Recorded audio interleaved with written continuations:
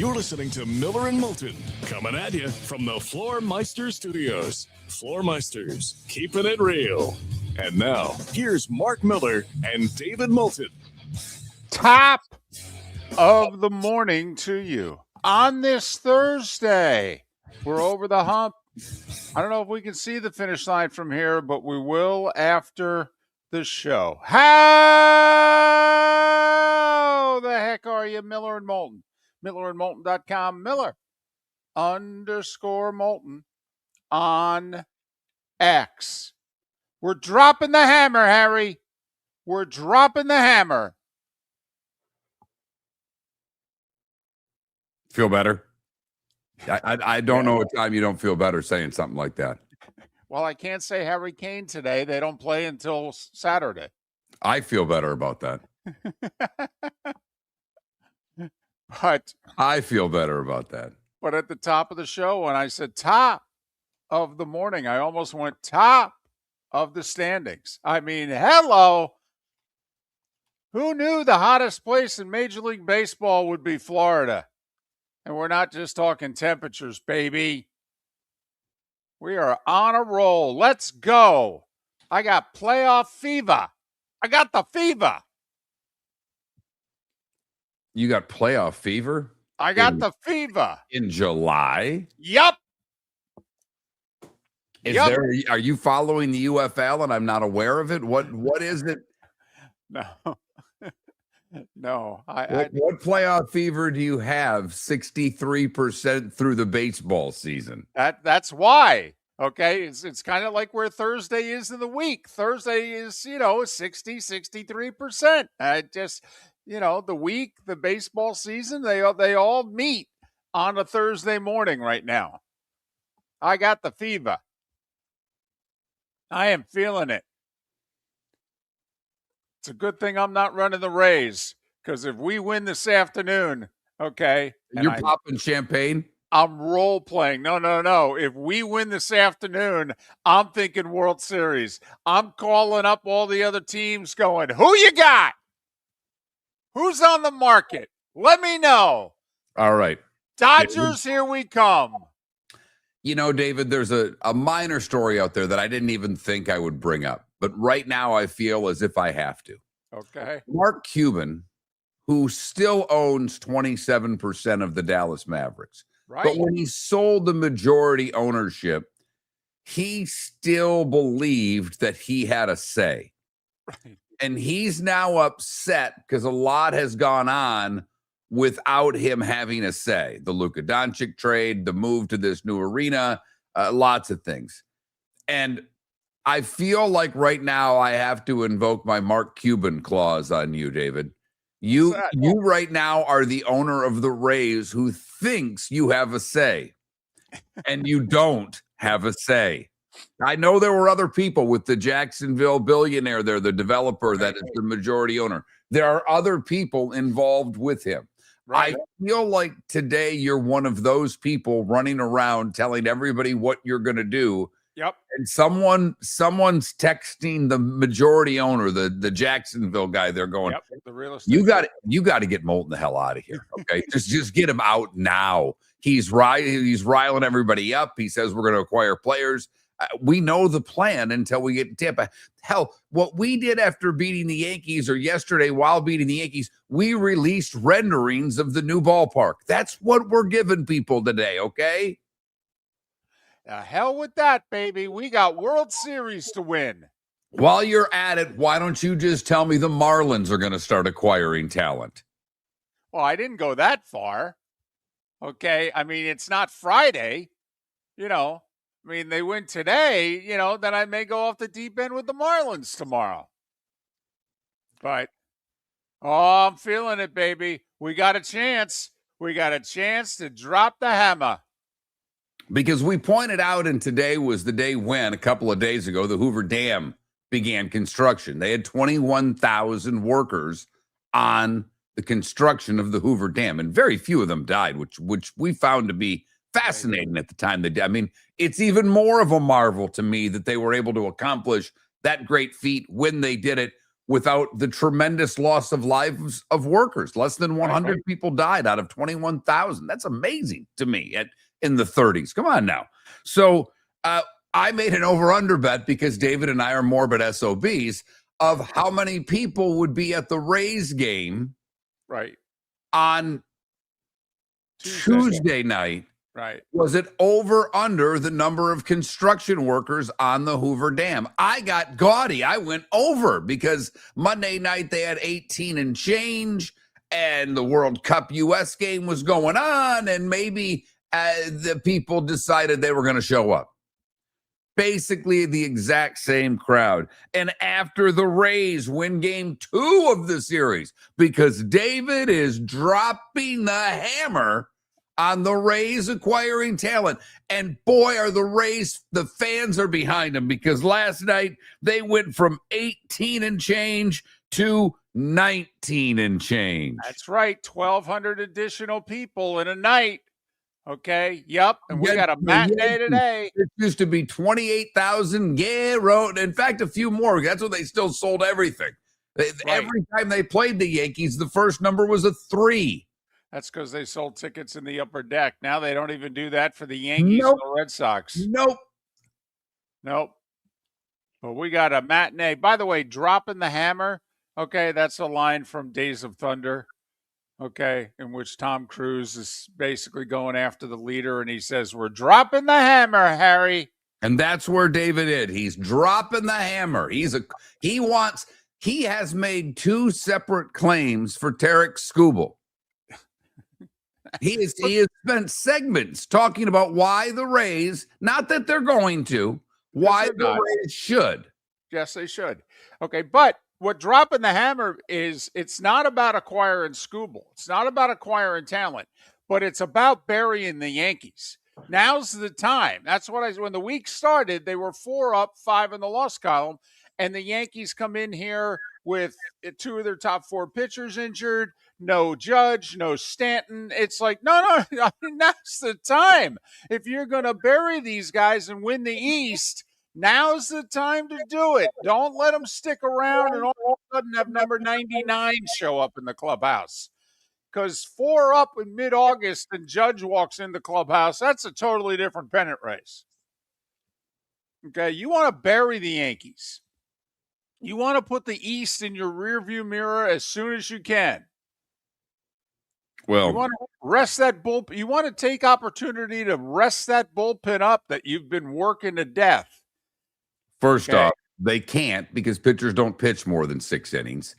Secondly, there is no safe lead in baseball anymore. There just is not. I agree. Now, I'm with you that they want to distance themselves, but put them in the rearview mirror. That ain't happening until we get to 162, if you know what I mean. Mark, this ain't the American League Central, where no 15-game lead is safe, okay? I understand. This is the AL East with the New York frickin' Yankees. That's why you got to drop the hammer when you have a chance, because these opportunities don't come around very often. By the way, 6 hits for the Yankees last night. Goldschmidt, 0 for 4, 3 Ks. But only 11 strikeouts. I say, that's a marked improvement. They struck out 45 times so far in this series. 17, 17, and 11, yes. 45. Yes. Oh, that's 15 Over a night. under 10 and a half strikeouts today. Oh, for goodness sakes, a day game? Okay, right. Although I will say a lot of times on getaway day, guys are swinging early because they're getting out of there. So, and there's no sunshine. It's the Trop after all. I mean, it's not an outdoor game in the Bronx, or you know what I'm getting at here. Drew Rasmussen is pitching, so I'm going to go over. By the way, the Yankees, to try to split this series, they're throwing undecided in 7 hours. Undecided's going to the Hill. That's what happens when 2 of your starters are out. I mean, he's very inconsistent. No doubt that the Yankees are reeling right now. Right? They are flat out reeling. I mean, their record over the last 15, 18 games is abysmal. Yes. Right. That's why I'm saying I got greedy at the beginning of the week. I'm getting greedy. How often does a franchise like the Tampa Bay Rays have a chance to start thinking and feeling and being greedy in that division? Never mind just against that one team. Well, they've done really well against that team now for a while. Yep. I mean, they're kind of the Yankees' daddy.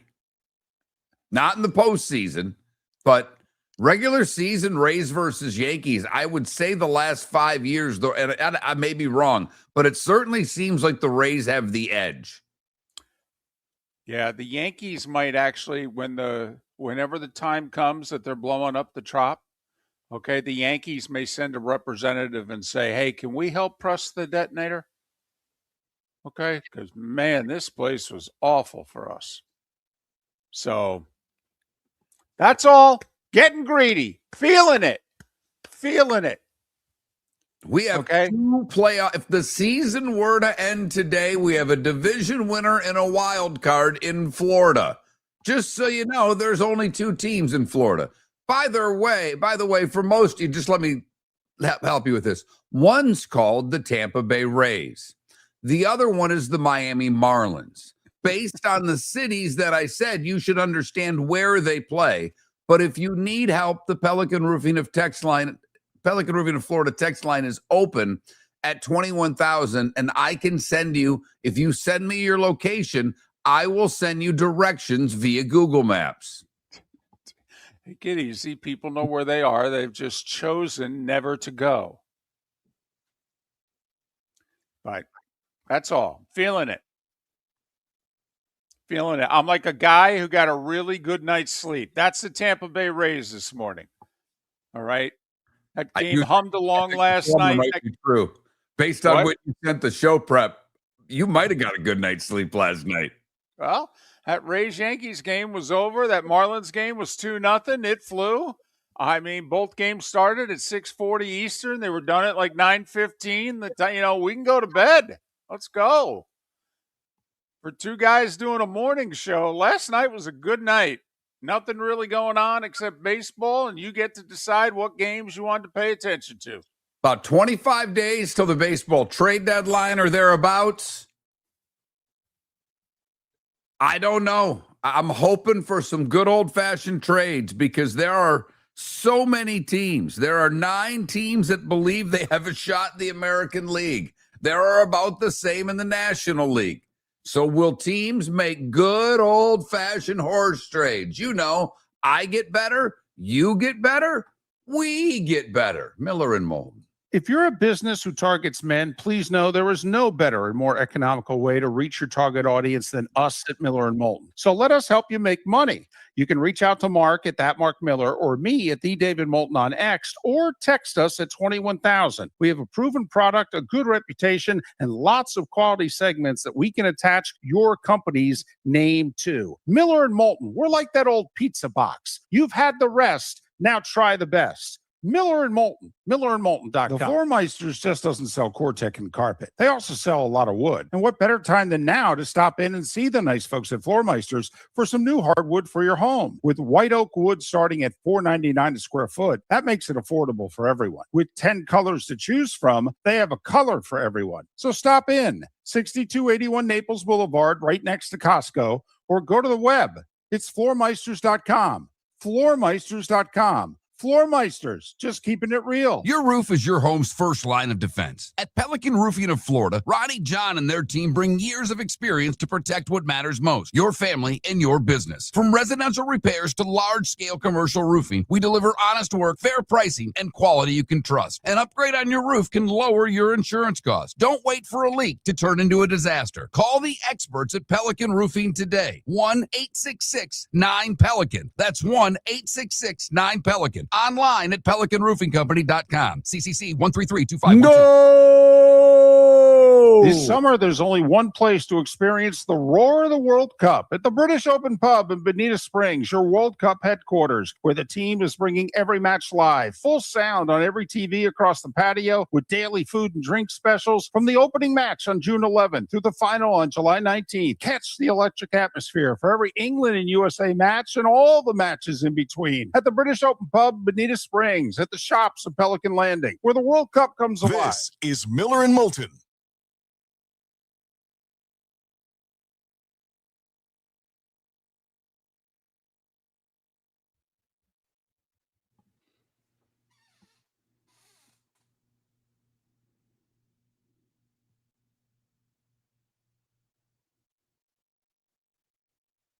Racer, the first 2 games of this series, the Yankees set a team record. They had never had that many strikeouts in back-to-back games before. So this has got to be close to, if not, 3-game series, 4-game series. It's got to be right up there in terms of number of strikeouts they've ever had.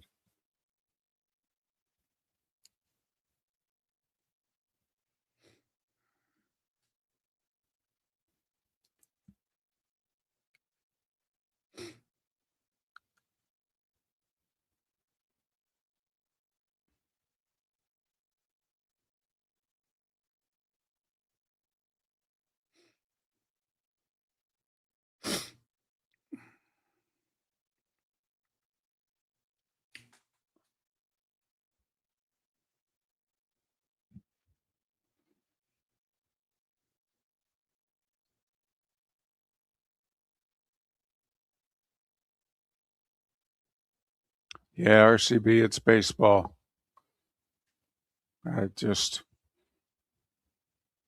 Anything can happen in baseball. But yes, on paper, this is a Rays afternoon. So it'll probably be Yankees 9-2.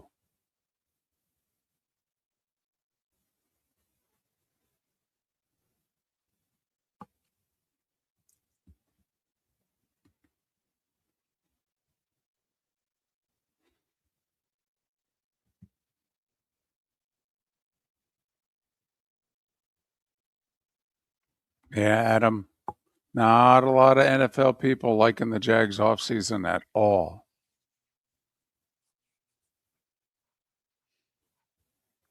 I gave him a D for what it's worth, Adam.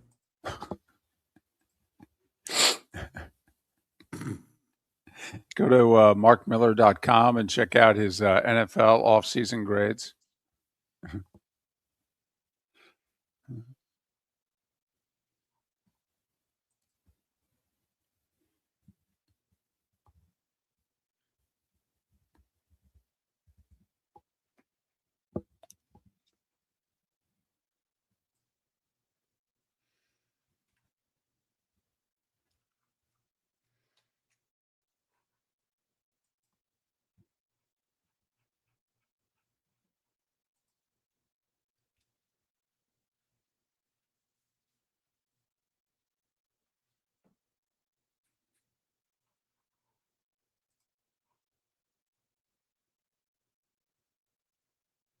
That's nothing like jinxing him quite like that, EB.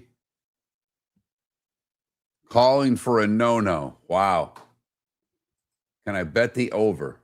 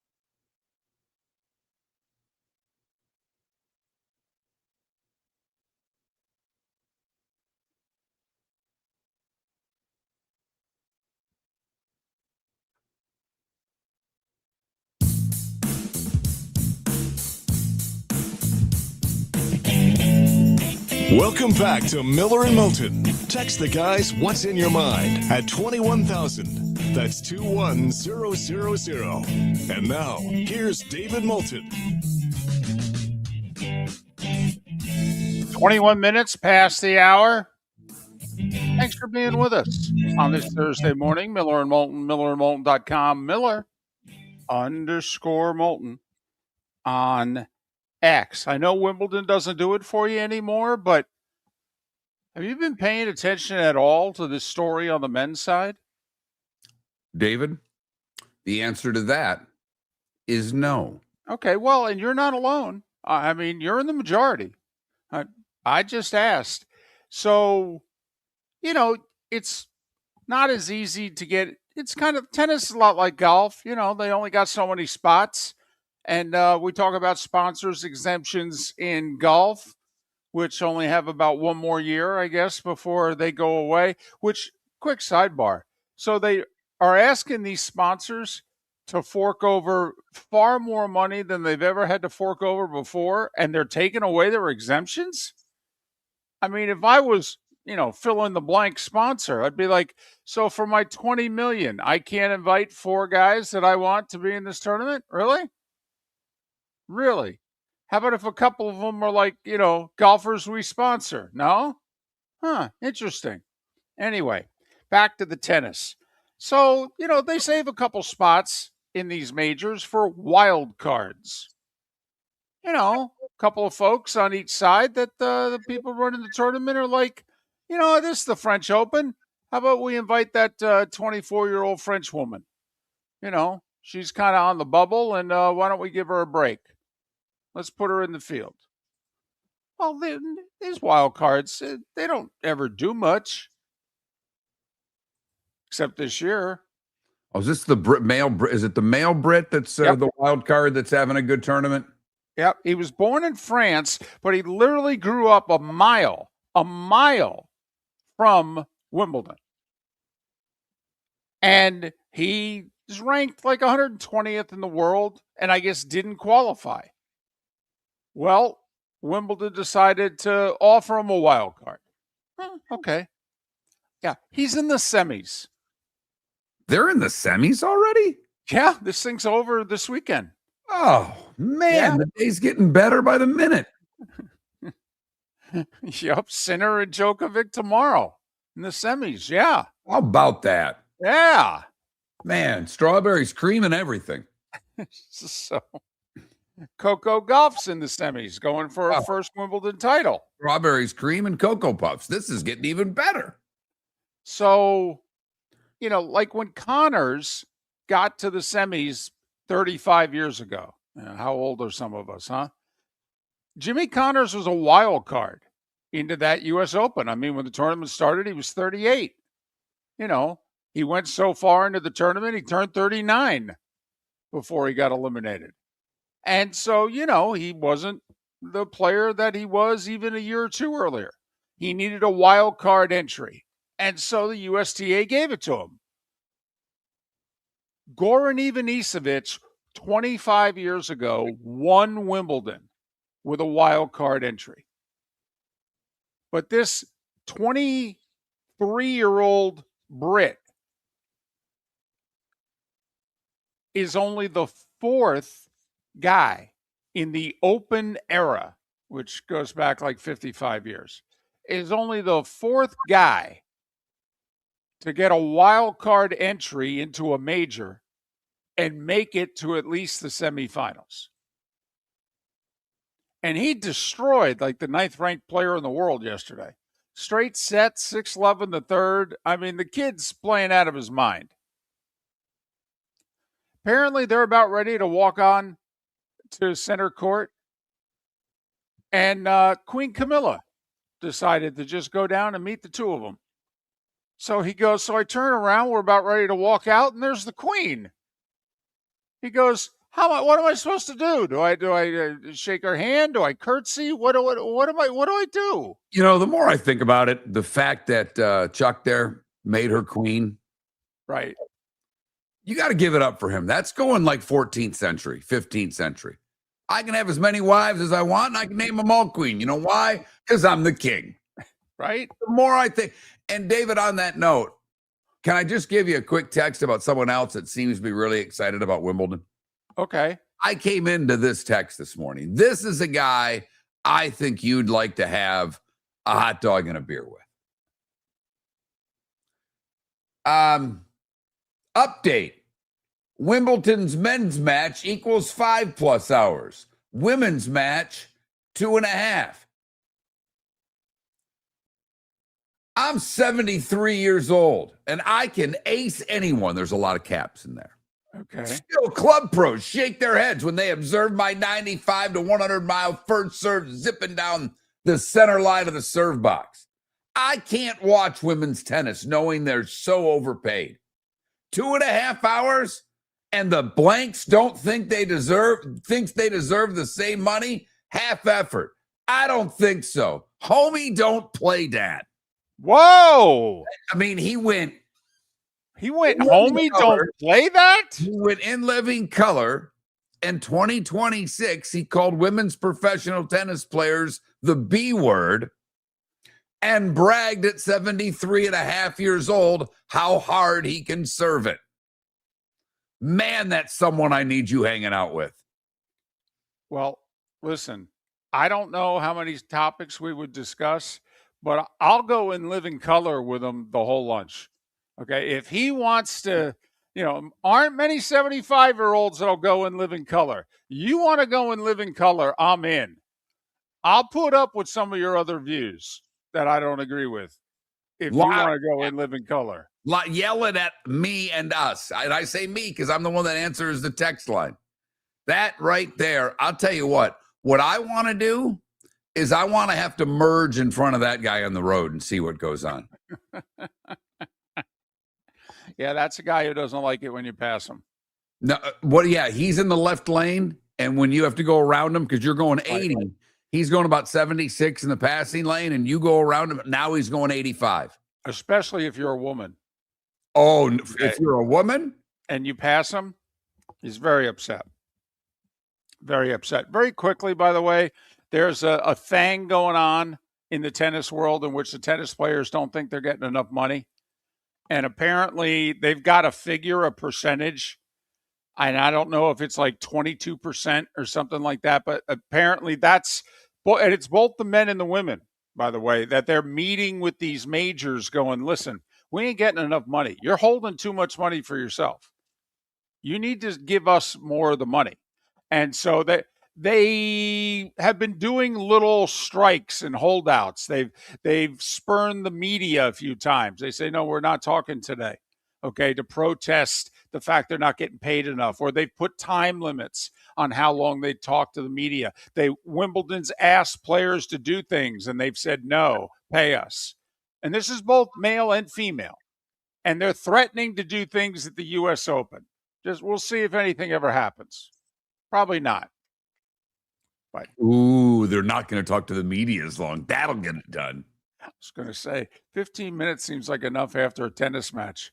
Okay. How'd things go today? No, things are good. My serve was working. Okay. I didn't have many unforced errors, and I got up on them early, and things went well. But they're still probably doing the on-court interview with the television people. If you want to tick them off, you want to make a statement, you got to walk past those folks. I mean, I'm being serious here, David, for a half a second, because I think this is petty and laughable. Right. But just saying, they're going to get paid. By the way, they're going to get more money. Okay, but that's just a little side thing. Never mind, there are people who are upset that in a lot of tournaments now, the men and the women get equal money. The men play 5-set matches, the women play 3. That upsets some people, which I don't understand because they're not the ones. I mean, was this guy in the field? This 75-year-old, was he in the field? Does he feel as if he was 3.5? Okay. When you're 73 and you go half. Right. Right. My daughter goes half. She's 12. Exactly. 73 seems to be past you can just say you're 73. That half does nothing for me. Miller and Moulton, the starting 5 is next. Thanks for listening.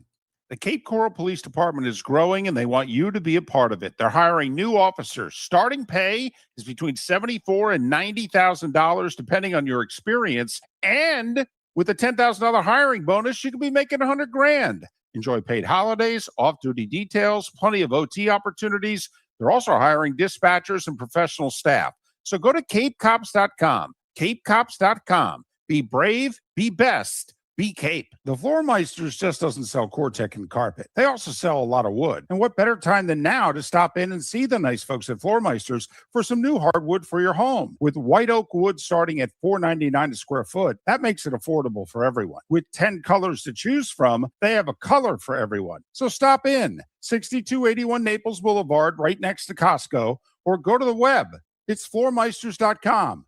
Floormeisters.com. Floormeisters, just keeping it real. Mark Miller for Sleep Treatment Direct. They are helping me with sleep apnea. And by helping me, I mean curing me. No more CPAP machine. No more snoring. No more tossing. No more waking up exhausted. Their expert team got me the right treatment, fast and hassle-free. If you want to feel energized and get rid of your snoring, call Sleep Treatment Direct today. 444-1741. That's 239-444-1741. Sleep Treatment Direct. Sleep safe and sound. Your roof is your home's first line of defense. At Pelican Roofing of Florida, Ronnie John and their team bring years of experience to protect what matters most, your family and your business. From residential repairs to large-scale commercial roofing, we deliver honest work, fair pricing, and quality you can trust. An upgrade on your roof can lower your insurance costs. Don't wait for a leak to turn into a disaster. Call the experts at Pelican Roofing today. 1-866-9-PELICAN. That's 1-866-9-PELICAN. Online at pelicanroofingcompany.com. CCC 13325. This is Miller and Moulton.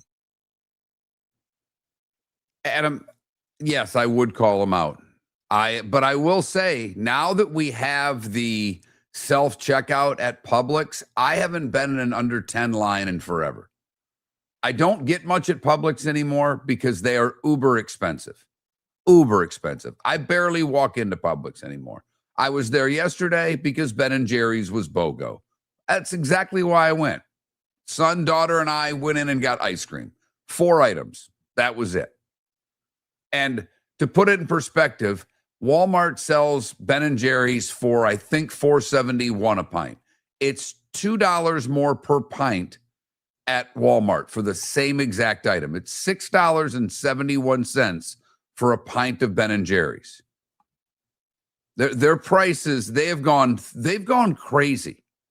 And I have an Aldi's less than a mile from my house. I go to Aldi's for all of my produce. I go to Costco for all of my meat, and that's how I shop. So you said Walmart's $2 more expensive? $2 cheaper than Publix. Oh, okay. Walmart's $4.71. Publix is $6.71. Got it.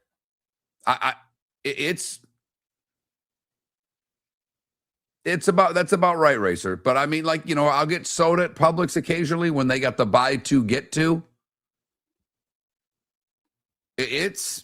Their meats are outrageous.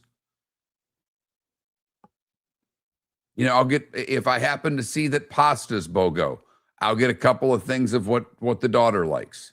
Because generally we make our own. Probably 3 out of 5 times I'm making my own pasta anyhow. But I'm not good enough to do things where you got to make, little designs. I can do straight pasta. I haven't gone to the, like a shell or something like that. I get everything at Costco from a meat standpoint, Deadstroke. Everything.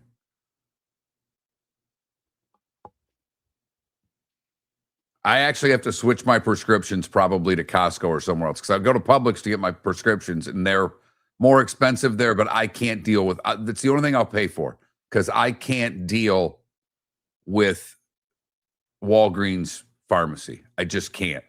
And CVS doesn't take insurance. There's your Mark Miller shopping rundown during the break. I was going to say, that's like a 90-second segment that airs on the noon news. I could do that segment. I could do the Around Town segment. I'd be good at the Around Town segment. You would? Remember how many years ago it was that the local paper and the news press there in Fort Myers said their chef called it a day, and I was saying, you got to do that.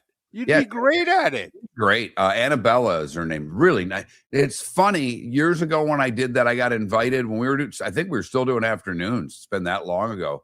But I got invited to I was like a judger at the grilled cheese contest at a brewery. Yeah, right. I didn't know she was Chef LaBouffe or whatever the name was, the pseudonym there. But she sat next to me. She's a very nice lady, married, couple of kids. Very, very nice. She still has a decent presence on social media.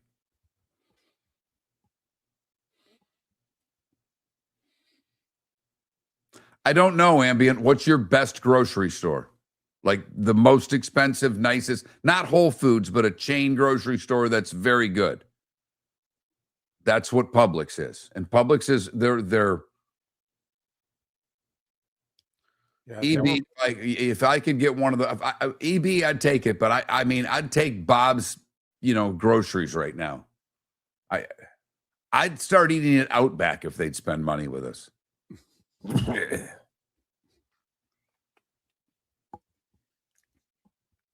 If Outback ever sponsored this show, I would insist Mark do the live reads while eating a bloomin' onion. Yeah, it's not Whole Foods is ridiculous. It's not.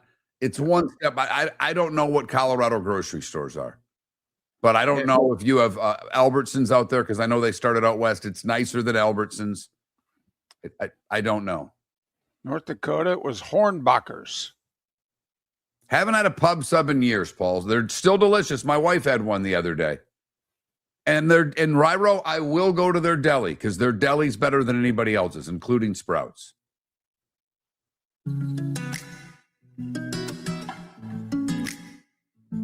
Welcome back to Miller and Moulton. Text the guys what's in your mind at 21,000. That's 21000. And now, here's David Moulton. 22 minutes to the top of the hour. Pat Kirwan will join us at 8 a.m. Eastern. And a couple hours from now, we'll check in on the Big 12 meetings that came and went with a focus on UCF. Adam Eaton will join us a couple hours from now. Big year for them, David. Big year for UCF. I'm not messing around. I'm actually being 100% serious. By the way, join us on Twitch and YouTube. You got Mark's shopping updates. Yes. And shopping advice, grocery store and otherwise during the last break. Yes. Groceries and prescriptions with Mark Miller. Join us in the chat rooms and millerandmoulton.com. Working for you in your corner. Now. We'll get to the football magic numbers coming up. Right now it's time for the starting five. 5 big stories you need to know. Here is the starting 5. Oh, and we start with baseball. In the state of Florida. Can't get hotter than that, baby. Rays 3, Yankees nothing. Rays have taken 2 of 3 in the 4-game series. Their lead is 5, 6 in the loss column. They try to drop the hammer this afternoon at the Trop. Drew Rasmussen against undecided. Undecided's very inconsistent. Okay, got good stuff, but sometimes can't find the strike zone. You don't know what you're going to get from undecided. Tougher than Idle in college football. Yes. While Idle's undefeated, it's never won. Right. Also tougher than to be determined. Okay. Undecided's got a little more pedigree than to be determined. But 3-0 Rays yesterday. Jonathan Aranda drove in all 3 runs. A run in the 3rd, a run in the 5th, and a run in the 7th. As Shane McClanahan outpitched Garrett Cole. That's a playoff matchup right there, baby. That's a game 1, game 2 of a series matchup right there. It is. Yankees struck out 11 more times. That makes 45 so far in the 3-game series. Unbelievable. 3-0 Rays. Big one this afternoon for the Yankees. Big one this afternoon for the Yankees. By the way, Judge, Stanton, they ain't even close to working out. I'm telling you, they talked about Judge mid-August coming back. Right. Which means he ain't Judge, if you know what I mean, until September 1st. Right. That's if he comes back in mid-August. And can the Yankees Can the Yankees stay within a handful of games when 99 comes back, and then they could say, well, if we pick up a game a week, we'll be right there. 3-0 Rays over the Yankees. Dylan Cease took a no-hitter into the ninth in San Francisco yesterday for the Blue Jays. Mark, I don't know if you followed this at all, but what did the Blue Jays manager do? He let him pitch. And you know what happened in the ninth inning? He gave up a hit. And you know what he then did? He took him out. You know why? Because he was going for a no-hitter. He had thrown 115 pitches through 8. And the Blue Jays manager, and by the way, Cease had never thrown that many pitches in a game. And the Blue Jays manager said, it's a no-no. Go for it. Third pitch of the ninth, he gives up a single to center. They take him out. 10-0 Toronto over San Francisco.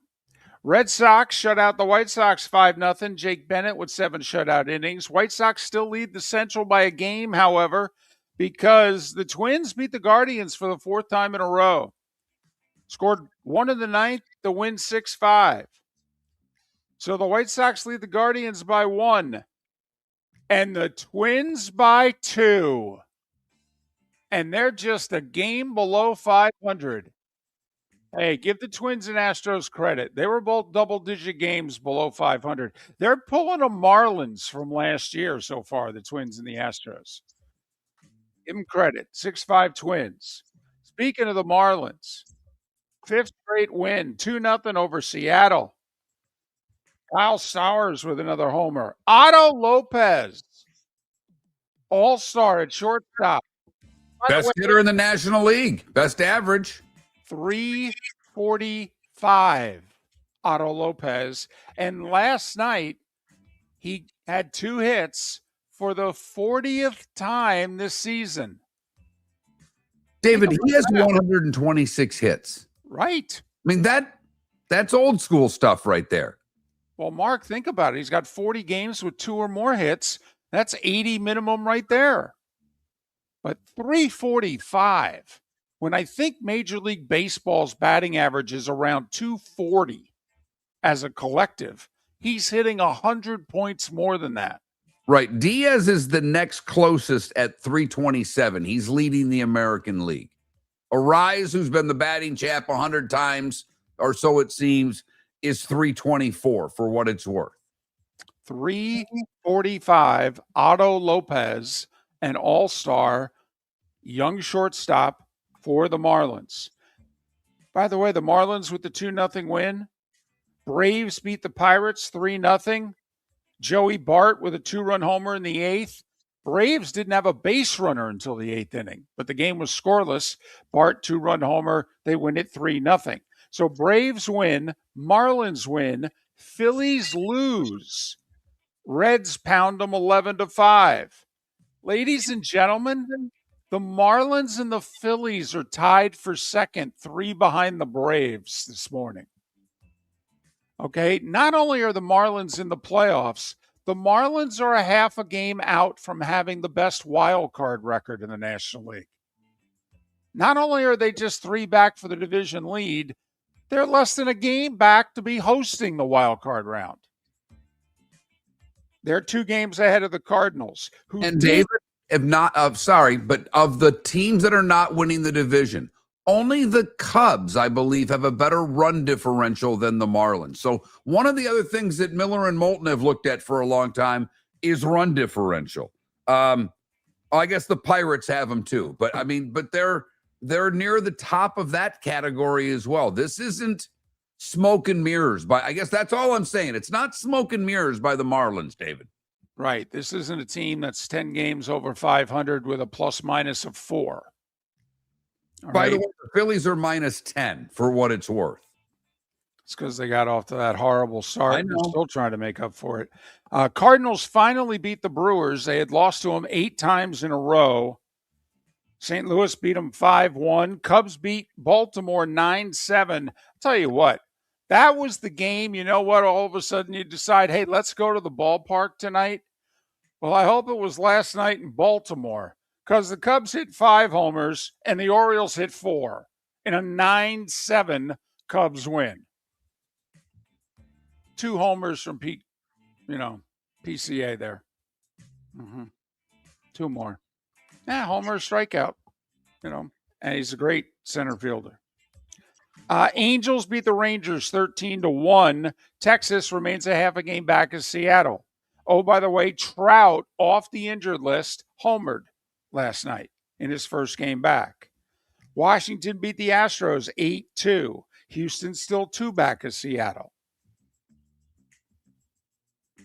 Colorado gave up a run in the 8th to the Dodgers and Mookie Betts. 4-3 LA over Colorado. Padres get back to 500 with a 10-4 win over Arizona. Don't look now, the Tigers have won 4 in a row.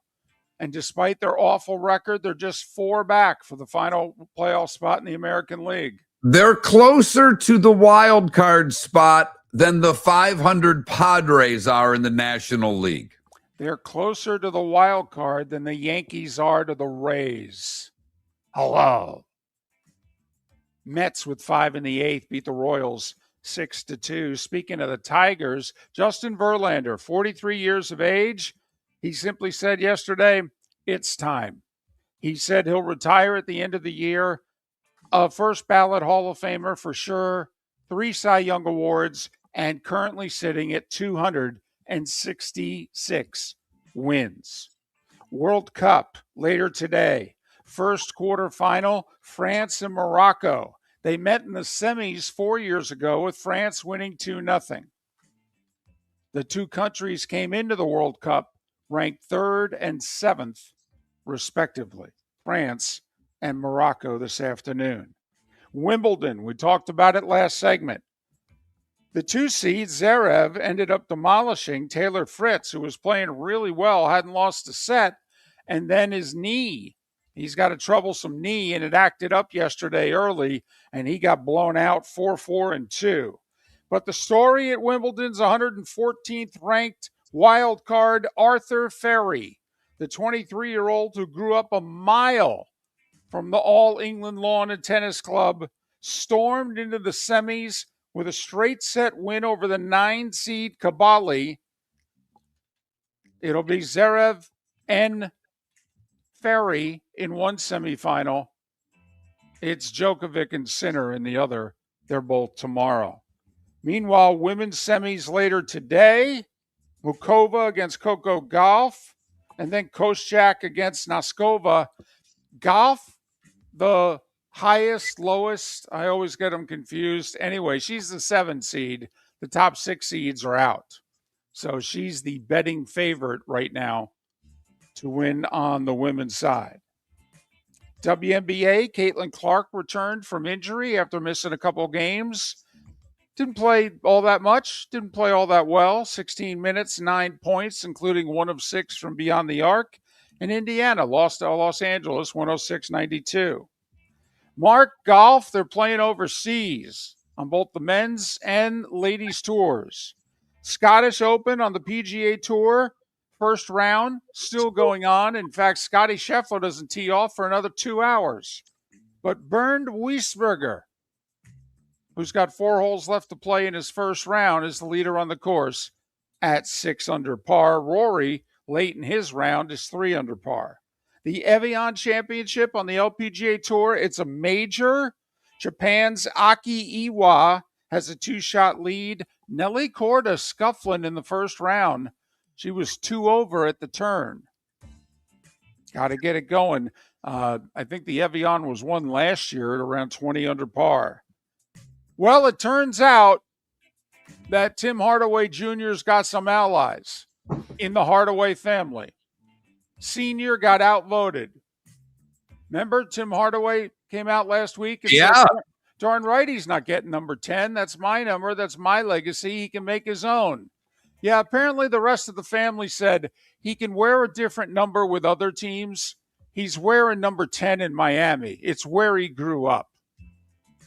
Okay, so Senior relented, and Junior, although it will say Junior on the back of his jersey, Hardaway Jr., but he will wear number 10 after all, with the Heat. And an interesting story about how analytical sports are getting. Tim Bontemps has covered the NBA for like 20 years, most of them with ESPN. He's largely an analytical and research guy. Well, the Atlanta Hawks hired him away from ESPN. He's going to be assistant to the president of the Hawks. I guess he's going to run numbers for him. So, thought that was an interesting hire. And finally, Mark, we were talking about the Pope and the good fortune that he has brought some Chicago sports teams. You know, the Bears won 11 games in the division title last year. And obviously the White Sox are in first place after 3 consecutive 100-loss seasons. Yeah, that luck has so far not transferred over to the Blackhawks. Not only are they still lousy, but Connor Bedard, their all-everything young guy, yeah, he hurt his shoulder last year and missed a lot of time, rehabbed it, and then last week injured that very shoulder to the tune of major surgery. Going to miss 4 months. Going to miss at least the first 6 weeks of the season. And for the Blackhawks to have any chance at a playoff spot, okay, for him to miss games is going to hurt their cause. So Connor Bedard out 4 months, left shoulder surgery. I wonder if the Pope can skate. Bishop Utner, when I played high school hockey, and I'm not talking about but Bishop Utner was our bishop in Saginaw. Bishop Utner lost his leg, and I don't know how he lost his leg, but Bishop Utner had one leg and could still skate and put the skate on his prosthetic. And he would come out and practice with us, I don't know, once a month. All of a sudden, Bishop Utner would be on the ice running drills with the guys. It's kind of cool. So And it's I'm 7 minutes. going with the Pope from Chicago can skate, David. I'm going yes. I was going to say, you grew up in Chicago. Can't you skate? Right. 7 minutes before the hour. That was the starting 5 big stories you needed to know here on Miller and Moulton. And a bishop that could skate. Miller and Moulton, we'll find a poll question for you. We're 62 days away from the start of the NFL season. We will give you the greatest 62s of all time coming up. Miller and Moulton, millerandmoulton.com. If you're a business who targets men, please know there is no better and more economical way to reach your target audience than us at Miller and Moulton. So let us help you make money. You can reach out to Mark at that Mark Miller or me at the David Moulton on X, or text us at 21,000. We have a proven product, a good reputation, and lots of quality segments that we can attach your company's name to. Miller and Moulton, we're like that old pizza box. You've had the rest. Now try the best. Miller and Moulton, millerandmoulton.com. Your roof is your home's first line of defense. At Pelican Roofing of Florida, Ronnie John and their team bring years of experience to protect what matters most, your family and your business. From residential repairs to large-scale commercial roofing, we deliver honest work, fair pricing, and quality you can trust. An upgrade on your roof can lower your insurance costs. Don't wait for a leak to turn into a disaster. Call the experts at Pelican Roofing today. 1-866-9-PELICAN. That's 1-866-9-PELICAN. Online at PelicanRoofingCompany.com. CCC 1332512. The Floormeisters just doesn't sell Cortec and carpet. They also sell a lot of wood. And what better time than now to stop in and see the nice folks at Floormeisters for some new hardwood for your home. With white oak wood starting at $4.99 a square foot, that makes it affordable for everyone. With 10 colors to choose from, they have a color for everyone. So stop in. 6281 Naples Boulevard, right next to Costco, or go to the web. It's floormeisters.com. Floormeisters.com. Floormeisters, just keeping it real. Mark Miller for Sleep Treatment Direct. They are helping me with sleep apnea. And by helping me, I mean curing me. No more CPAP machine. No more snoring. No more tossing. No more waking up exhausted. Their expert team got me the right treatment, fast and hassle-free. If you want to feel energized and get rid of your snoring, call Sleep Treatment Direct today. 444-1741. That's 239-444-1741. Sleep Treatment Direct. Sleep safe and sound. The Cape Coral Police Department is growing, and they want you to be a part of it. They're hiring new officers. Starting pay is between $74,000 and $90,000, depending on your experience. And with a $10,000 hiring bonus, you could be making $100,000. Enjoy paid holidays, off-duty details, plenty of OT opportunities. They're also hiring dispatchers and professional staff. So go to capecops.com. capecops.com. Be brave, be best, be Cape. Go! This summer, there's only one place to experience the roar of the World Cup at the British Open Pub in Bonita Springs, your World Cup headquarters, where the team is bringing every match live, full sound on every TV across the patio, with daily food and drink specials from the opening match on June 11th through the final on July 19th. Catch the electric atmosphere for every England and USA match and all the matches in between at the British Open Pub, Bonita Springs, at the shops of Pelican Landing, where the World Cup comes alive. This is Miller and Moulton.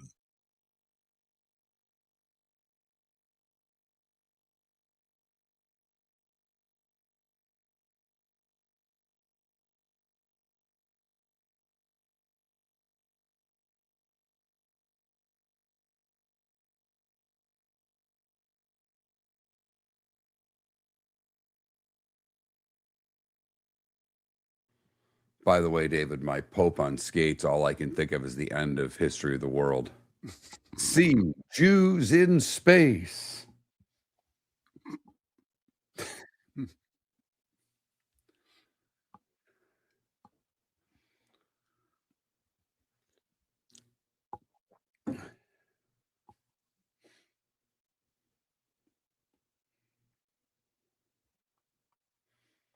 Tim, I don't know why, but I can't grocery shop at Target. It just, there's something about it. Target's obviously better than Walmart, much cleaner, but I have no problem going to Walmart. Also, it's right next to Aldi's. I kind of do Aldi's, whatever they don't have, I slip into Wally World. I try to wear clothes that don't match and look awful when I go in there. I want to fit in.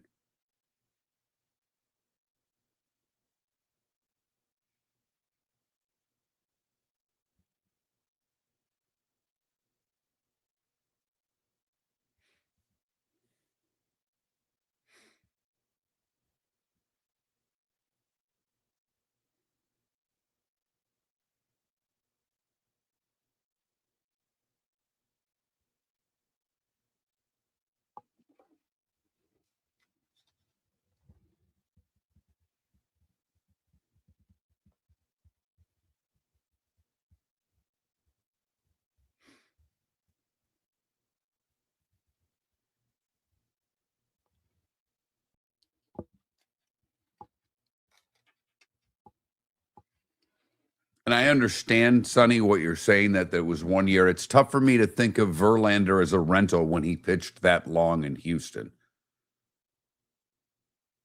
Chapman was a rental.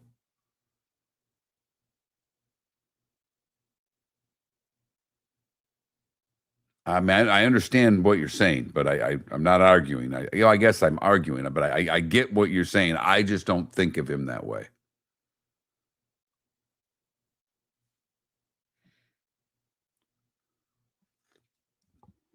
And Lori, it will be nice for about 6 months, and then it will look like every other Walmart on the planet.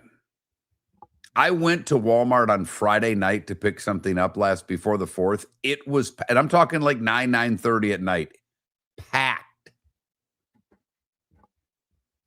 Obviously, it was very Latin. There weren't a lot of people speaking English, but it was families. I'm guessing you people have to work in restaurants or whatever the case may be. That's when they're done with their day and maybe done with dinner at home. It was packed. I couldn't believe it.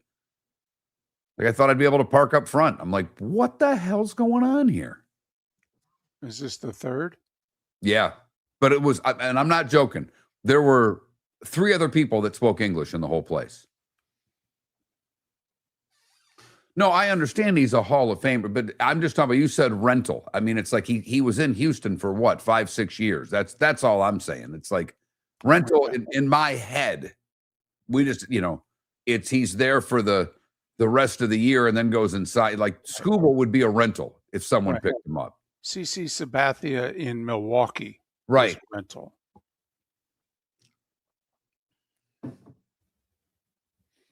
That's all. Just a difference of opinion.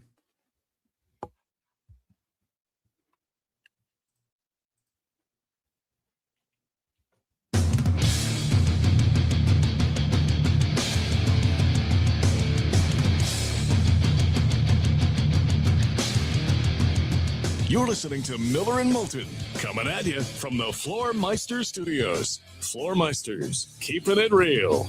And now, here's Mark Miller and David Moulton. Hour 2 of Miller and Moulton on this Thursday. We got over the hump yesterday, and with the sun rising in the east and thinking about it in the greater Huntsville area, where we have a nice audience. Thank you very much. Okay.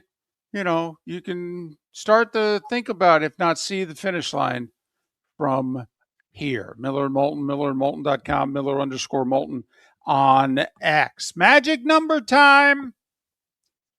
51 days away from the start of the college football season, 7 weeks from Saturday. 51 days away from the start of the college football season, and 62 days away from the start of the NFL season, 9 weeks from last night when the Seahawks host the Patriots. 9 weeks tonight, the Rams and Niners in Australia. Hello. So 51 and 62 are your magic numbers. So today's National Sugar Cookie Day, David. And I think today should be the day adults, too, should be able to go into Publix and get a free one. It's the reason my daughter loves Publix. If we go there, she runs to the bakery to get her free sugar cookie. You know, she plays the little kid at Publix, but if we go to a restaurant, and my daughter's vertically challenged like her mother and father, so despite having ordered off the adult menu for a few years and having a pretty sophisticated palate for a kid, they will ask her, because of her height, if she wants the kids menu. And nothing bothers her more. But at Publix, if she can score a sugar cookie, she'll do it till she's 16, I think. But we adults can't get one? Could we get one? Probably. Would it be in bad taste?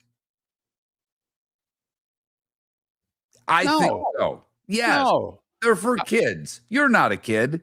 You're an old man. I'm a paying customer. I'm the best kid they have. No, not really. No. You know what? That might be the poll question. Are you out of line as an adult asking for a sugar cookie for free at Publix? That you remind me of the old guy that only goes to Costco with his wife to get in the way so he can get every damn free sample there is. I very rarely, first off, I never do the free samples, but now you're kind of hitting me. This is a tough one. This is a body punch. This is the, bakery, the baker behind the counter who you get to know, you talk to, and all of a sudden it's free sugar cookie day. And it's like, oh man, next to the chocolate chip, that's wow. Really? I mean, you got packs of them right there. You buy them. You want a sugar cookie? Buy the damn thing. I'll buy a pack, but could you give me just one extra? Make me feel like I'm a little something special. Mark, it's kind of like when I go to the bank and I have to go, and I know no one goes to the bank anymore, but every now and then there's a malfunction of the ATM machine, and I actually have to go in the bank. And when I walk in the bank, there's a big bowl of what? Lollipops. Do you still get a lollipop at the bank? Damn right I do. I don't ask for one in the drive-thru. No. But if I understand what you're saying, they got the, basically the pen holder, if you will, full of lollipops. Right, or a bowl. Do you go for a certain flavor? Do you look and try to eyeball a flavor? Yes. Yeah, we go cherry 1, grape 2. They used to have root beer ones, and I was not afraid of the root beer lollipop back in the day. Yeah. So I have to admit, still get the lollipop at the bank. When I go in, when the ATM machine, go in, don't you go in? No. I do the drive-through, but every now and then, there's a problem. My bank, for whatever reason, here in Jacksonville, it seems like every 2 weeks there's a problem with the ATM machine. So you have to go inside. Okay. By the way, last time I walked in, I said to the manager, listen, I'm a good customer. Okay, I'm friendly to all of you. I've given you guys great reviews to your managers when you guys send me your internet surveys and all that. That ATM breaks one more time, I'm pulling all my money and going to someplace else. Look at everyone, you got to give me a couple of seconds here. I want to break down that last paragraph by one David Moulton. He literally just said out loud, when I go into the bank, I tell the manager, you know I'm a good customer. And I am. Are you? I am. If you have to announce to the manager that you're a good customer, are you really a good customer or are you a pain in the ass? I literally have never been a pain in the butt. And I said to her, I go, basically, I've never complained about anything. I go, but that ATM machine doesn't work. And really, quite frankly, why am I banking here if your ATM machine doesn't work? So get it fixed. Sounds like a complaint to me. It's not a complaint. It's more of a threat. Okay. So the good customer who threatens the manager. Well, I'm just saying, if you want to lose, I mean, I got money in that bank and this is inconvenient. Okay. So get you guys are being cheap. You're not fixing the machine. Get it fixed.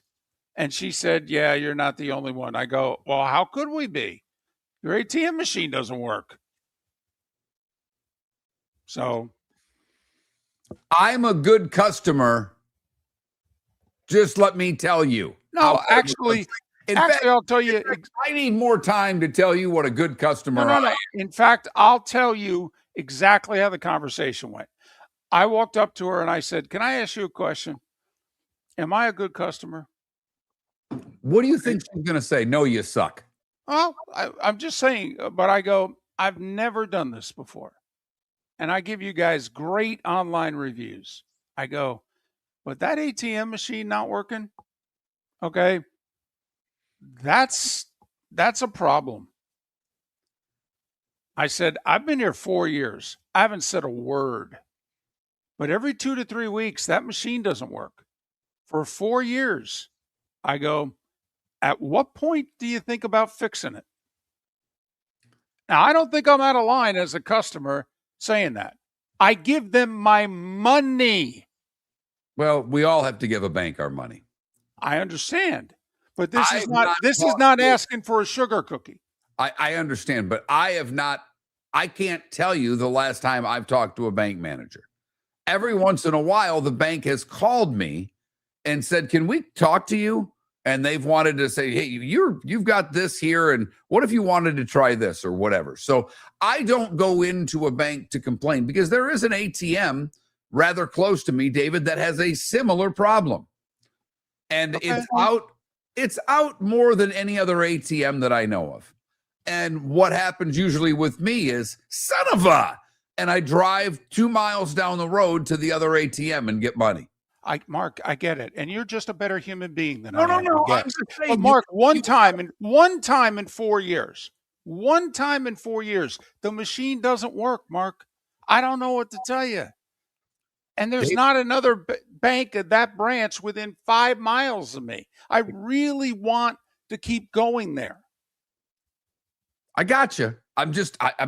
I remember he's going to get pissed, but I can't help it. I remember a long time ago when he said, I'm a great tipper. I just like the self-announced, I'm a great customer. Well, I think I said I'm a good tipper. And you challenged me and said, no, you're not. You're an average tipper. And we went through it and you were right. And then I became a good tipper because I'm like, well, I'm not giving enough money. So you were right in that instance. And I'm glad that you chastised me politely, much more politely than you are now. So it's National Sugar Cookie Day. This all started because David wants to go into Publix and demand that he's a good customer and give you a free sugar cookie. Now that's funny. Actually, I had to start laughing because he was getting angry. I could see it on his face. I had to lighten that up, or we might not have him for the next segment. I just don't see why once in 4 years asking that the machine that gives you your money work properly. But okay. That's funny though. I don't either. Don't you think? David, I don't think it's bad that you went in and complained.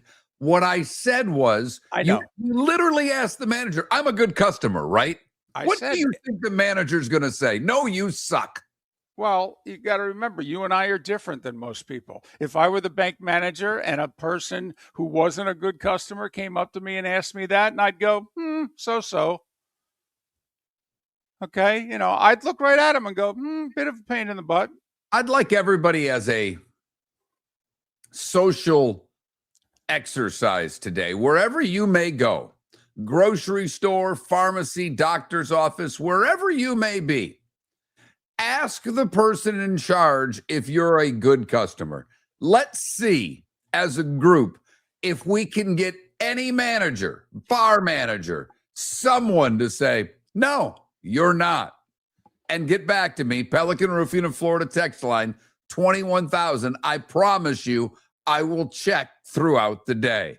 I should have rephrased it. I should have said, I've been coming here 4 years. Do I complain? Have I ever complained to you about anything? I need to lodge my first complaint. That's probably how I should have worded it. I think you should have just complained. Right. I don't think you need to ask a question before saying, how about getting the ATM to work? Well, because I didn't want to come off as a jerk.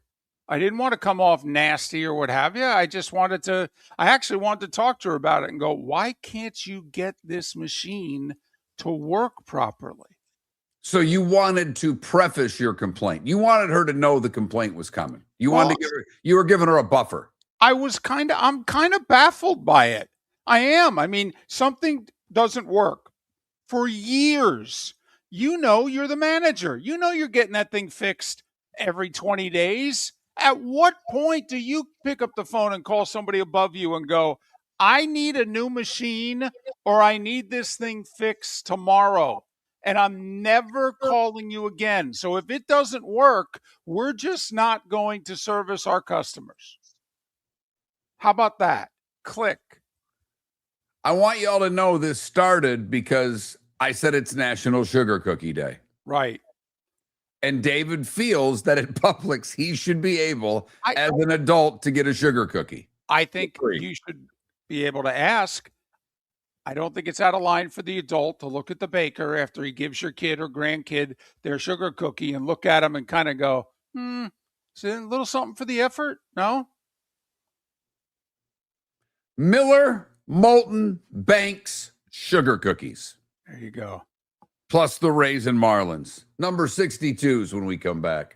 The Floormeisters just doesn't sell Cortec and carpet. They also sell a lot of wood. And what better time than now to stop in and see the nice folks at Floormeisters for some new hardwood for your home. With white oak wood starting at $4.99 a square foot, that makes it affordable for everyone. With 10 colors to choose from, they have a color for everyone. So stop in, 6281 Naples Boulevard, right next to Costco, or go to the web.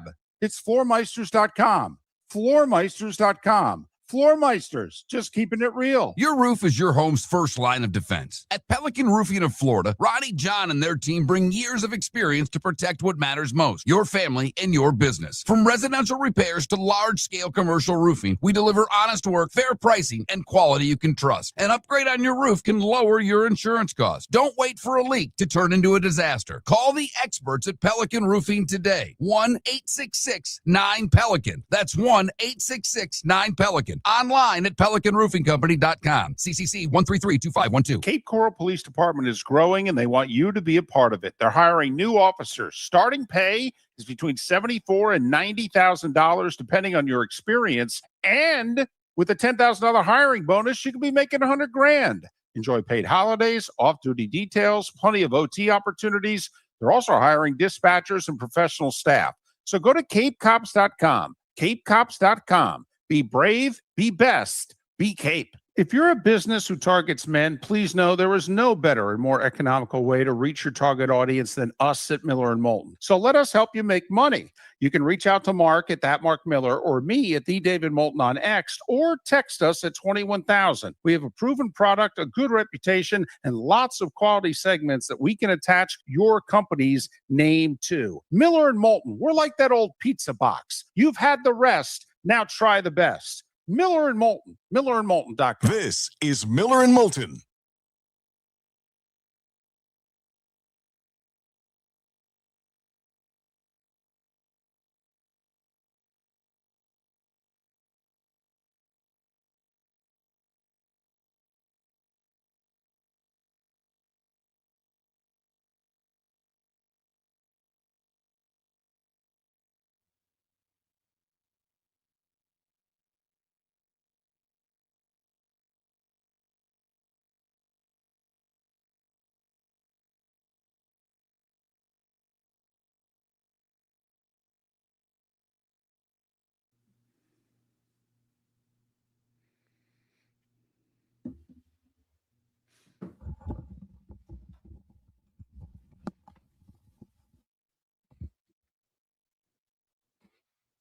You're not going to believe this, David, but I've got a few texts to read. Well, we don't need any material till Kirwan now.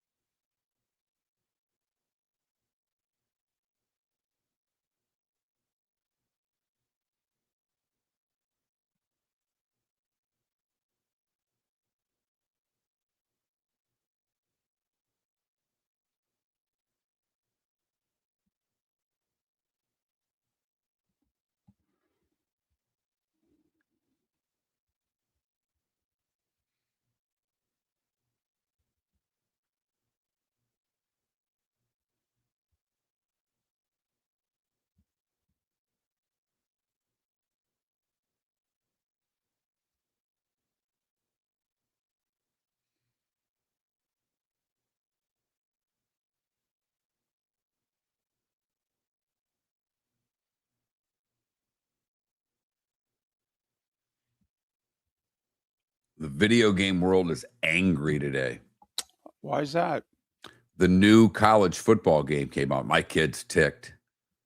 And he plays, there's about 10 of them. They have like leagues they play in.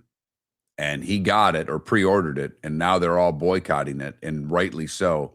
You used to be able to do these dynasty leagues, or you still can do these dynasty leagues. I don't get all the things, but you recruit players and you have your team and blah, blah, blah.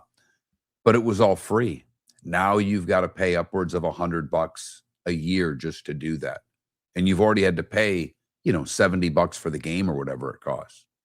And people are boycotting the new EA Sports college football game because of it. It's actually it's trending. It's a thing.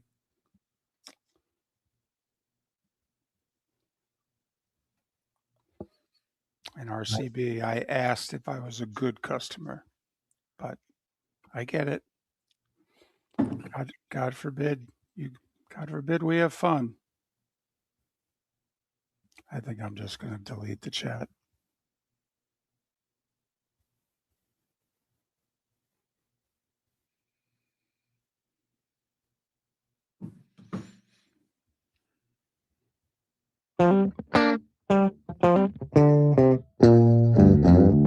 You're listening to Miller and Moulton. And now, here's Mark Miller and David Moulton. 21 minutes past the hour. Pat Kirwan at the top of the hour to talk all things NFL.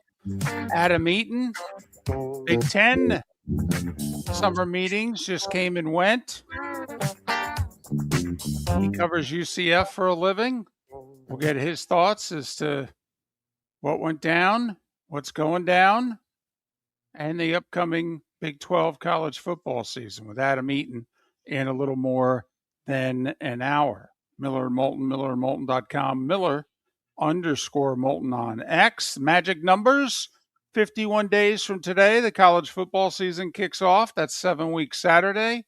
62 days away, 9 weeks from last night. Seahawks host the Patriots to kick off the NFL season, 51 and 62. Before we get to the 62s, David, I know you're going to be shocked by this, but after that last segment, we got a couple of texts to get to on the Pelican Roofing of Florida text line. Well, if it's not sports, the phone lines are full. Someone, I think, challenging me here because I'm asking you all to try as an adult to get a sugar cookie at the grocery store today. It's National Sugar Cookie Day, and the Publixes around the state of Florida, kids can go up and get a free cookie. David thinks today the adult should be able to ask for one too, because after all, they're paying. I don't think it's a great look, but I want you all to try because I'm convinced David's right on this. They're not going to say no. Hell, they don't say no when you've got 28 items in the 10 and under lane. So why would they say no to a sugar cookie? But someone asks me, I believe, I really think this was directed at me, trying to stick up for you. When you get meat from the deli, do you ask to taste the first slice? No, I don't. But there used to be a time not that long ago, pre-COVID, that they offered the slice. And I never, hardly ever, 99 times out of 100, I said yes. Every once in a while, I may have been too full from just having lunch. And I'm like, no, I'm good. I don't need that piece of salami. But it's a piece of salami. So generally, I'm saying yes. But you have to ask for it now. Publix will not refuse it. I don't know about other grocery stores because that's where I get all my deli meat. They will not refuse it. But I know for a fact there's a little Italian market. They don't offer one. There's too many damn people. I think the little Italian woman would revolt if someone, with someone that's holding number 79 and you're number 75 and you try to ask for a slice of something, you might get a shopping cart to the back of the leg. I'm just saying. By the way, you know what's funny? I always said no to the free slice. Okay, when they offer it to you, I'm like, no, I'm good. I can just throw it on the pile. Someone asked, a couple of people asking, who uses an ATM on a regular basis? I don't use it as much as I used to. But David and I are cash guys. The fact that you're not, that's just a difference of Miller and Moulton and the rest of the world. I generally have a drawer full of cash that lasts me a while. So I don't go that often. But I understand in today's world, no one uses cash. Another texter took a little shot at you. This is funny, David. Funny's funny. Why isn't David writing checks to himself and cashing them with the teller? Well played, sir. Well played. For those of you that have listened to the show for any length of time, David's a check writer. David is a check writer. For credit card bills, okay? I don't want credit card bills just coming directly out of my account. My monthly bills and all that, yeah, automatic. My investments and what have you, automatic. Okay, but I write checks for the credit card. I want to see, okay, to me, the whole electronic thing, when there's a dispute, it's much harder if you don't have the physical copy. Okay, plus they take the whole thing out. Okay. What if I don't want to pay the whole thing? So no, I write checks for the credit card bills. This person says, if I walked into the bank manager, he would just say, I've never seen you before in my life. Right. And I know them all by name. I ask them how their family is. I like my ladies. And finally, good morning, Mark. I'm picking up my grandson's birthday cake at 9 a.m. at Publix. I will let you know their verdict about my customer quality before the end of the show. Thank you very much for that. Yes. Thank you very much for that. Too funny. I'm in a good mood now. I know I might have honked David off a little bit to get to that good mood, but I don't Not care. at all. I don't care. All right. 62 days until the start of the season. Yep. NFL season, that is. We have done this for a while. The best players to wear the number 62. I've got a couple of lists in front of me. I actually have a baseball pitcher who played, a few years in the league, Jose Quintana, who's been wearing 62 for 15 years, David. That's a long time for a 62 in Major League Baseball because, as we've said and said it yesterday, you're wearing 62. You're doing laps at the warning track during spring training. That's when we see you for the most part. Right. That was your rookie number, and you just decided never to change it. But as far as 62s in football, do you have one off the top of your head, David? I have 3.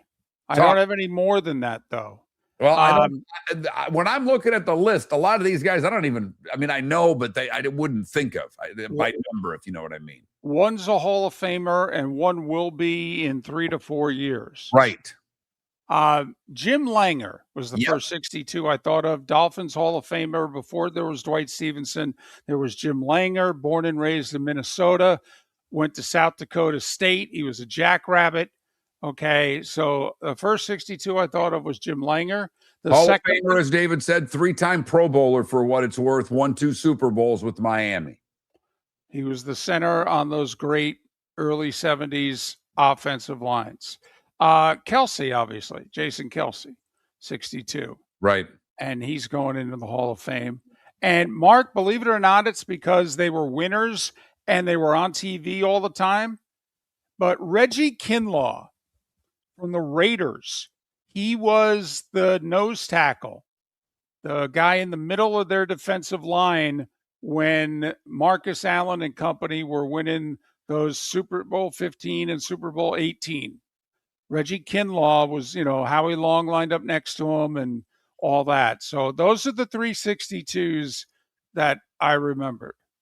Wow. I believe it or not, you're right on Kinlaw because I had to pull it up. He's not on either list for and the one has a bunch of players on it. The one lists, a decent amount of guys who wore 62, and he didn't even make the list. And I don't know half these guys are.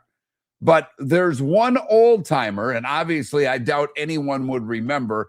I only know the name because I remember having been married previously into a Georgia family. I remember the name from the Georgia people, but he was on the NFL's 1940s all-decade team.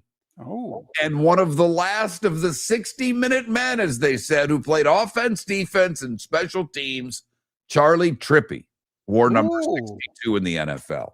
So that's why this isn't like 63s. We had some guys, you knew who they were, but 62, not nearly as popular, or I guess not necessarily popular, but as that had Hall of Fame type players the way we had yesterday was 63.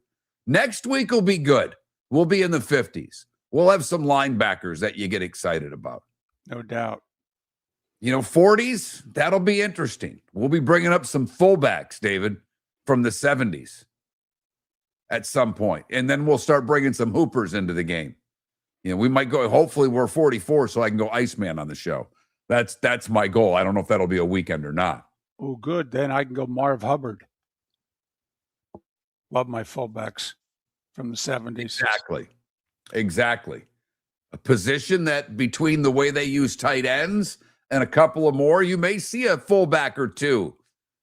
Pat Kirwan, who's coming up here in 30 minutes time. We've talked about this with Pat. as defenses have tried to get quicker and perhaps a little bit lighter, the counter is more 12 personnel, more 13 personnel, and more full or tight ends going to the backfield, if you will. The use checks who play both full back and kind of a slot back. So Pat would like this number talk. He would get it. Yeah, he would. This is old school stuff for Pat. You start bringing up linemen from the 1970s, that he might salivate at that.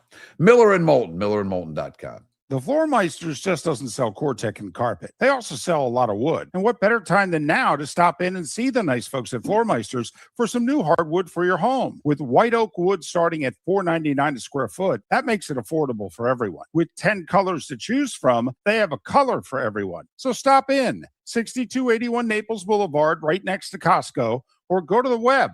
It's floormeisters.com.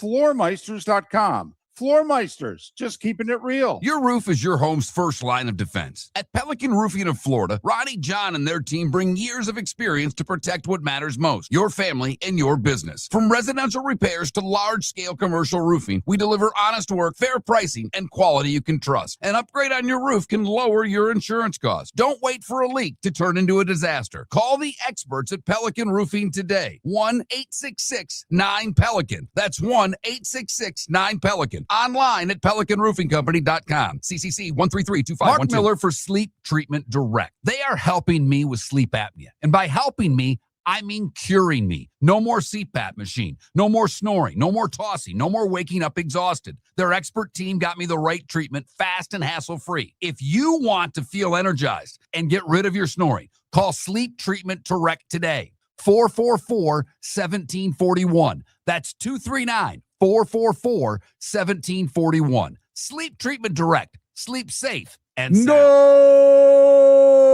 This summer, there's only one place to experience the roar of the World Cup at the British Open Pub in Bonita Springs, your World Cup headquarters, where the team is bringing every match live, full sound on every TV across the patio with daily food and drink specials from the opening match on June 11th through the final on July 19th. Catch the electric atmosphere for every England and USA match and all the matches in between at the British Open Pub, Bonita Springs, at the shops of Pelican Landing, where the World Cup comes alive. This is Miller and Moulton.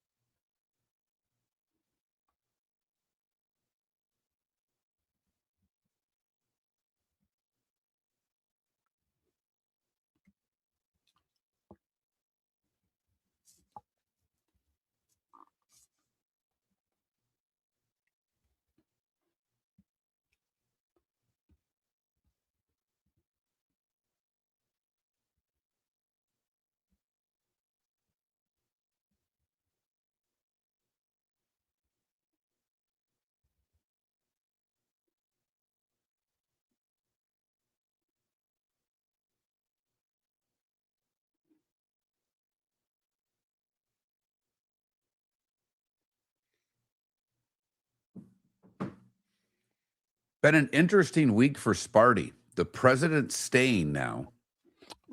So I read that they had started a movement like in the last month to try to get him to say it was Clemson, right? He was going to Clemson.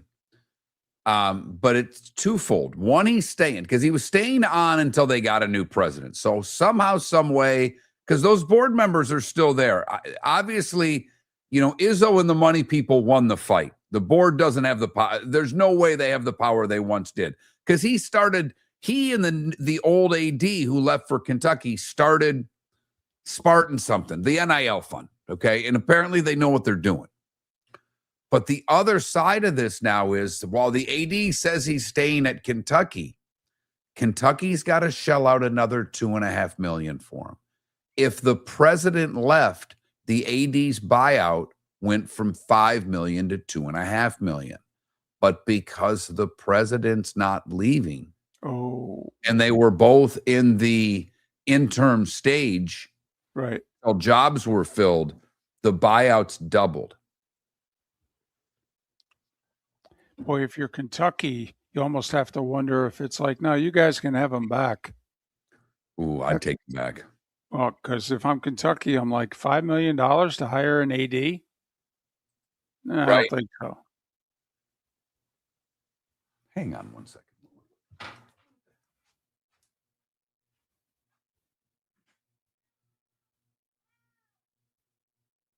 Can I help you?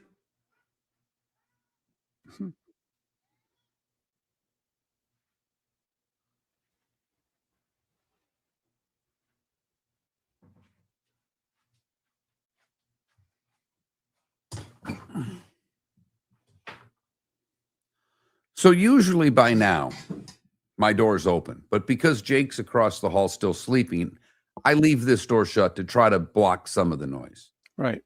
The cats eat literally at like 7:26-ish is when their cat food feeder goes. The loud cat was outside my closed door with its mouse toy in its mouth.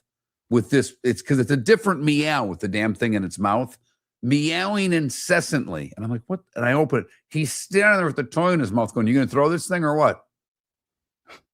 That's what he wanted. Unbelievable.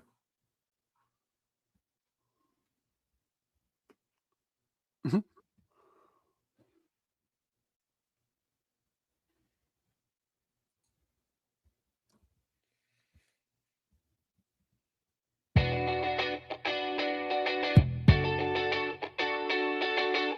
You're listening to Miller and Moulton. And now, here's Mark Miller and David Moulton. 22 minutes to the top of the hour. We'll get our NFL fix with Pat Kirwan at that time.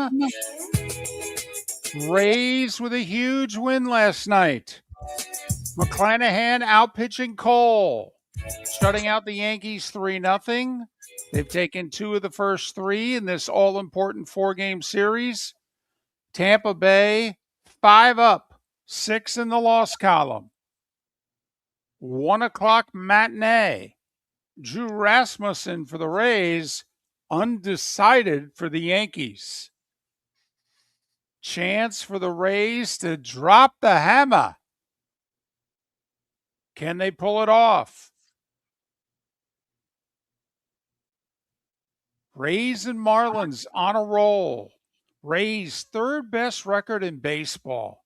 Best record in the American League by far. And the Marlins just 3 back of the Braves, tied with the Phillies. They've won 5 in a row. Listen, man, add up the record of the Marlins the final 3 months of last year and the first 3 months of this year. It's like the 5th, 6th best record in baseball. Well, and David, we talked about the Marlins heading into the month of July because they had the best June that they've ever had. 20-6. And I'm like, can they win? Because the All-Star break's there, and I don't know the exact game, but I'm like, can they go 15-10? Can they go 14-11? That would be monstrous coming off of the month they had. And what did they do to start the month? Lose. It's like, oh boy. Yep. Here we go. This ain't good. What have they done since? They've won 5 in a row. Right. They're 25-8 in their last 33. Thank you very much. That's over 750 baseball. And their payroll is $7.31. Right.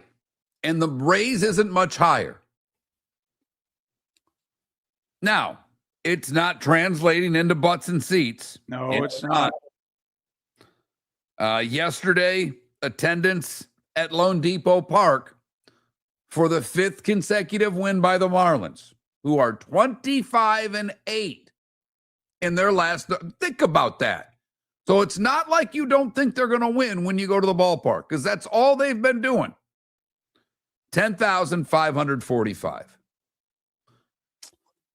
I feel bad. Do I feel badly for the owner? I don't know if I feel badly for the owner, but I feel horribly for the players. They're playing their tails off and no one's coming to see them. No one cares.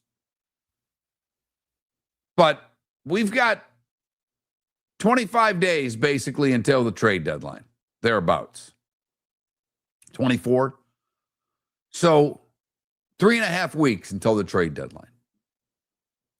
The Marlins can't be sellers. No. No They- way. This Lopez guy is a legit all-star. The best hitter in baseball right now. I know no one cares about batting average anymore because I don't know what his slugging percentage is, and it's probably not very good. But he's hitting 345. Their pitching's unbelievable. Max Meyer's been terrific. Alcantara's been good. Fairbanks, who started out awful, has been pitching much better. They went and picked him up as a free agent from Tampa, and that bothered Rays fans and should have. And in the first month of the season, it looked like the Rays made the smart move by letting him go. He's been pitching better. By the way, the guy the Rays replaced him with made the All-Star team. I mean, remember we saw that maneuver and we went, man, they couldn't afford Pete Fairbanks? Why wouldn't they want to keep Fairbanks? The guy we replaced him with's been a lot better and made the All-Star team. But thanks. We appreciate your advice.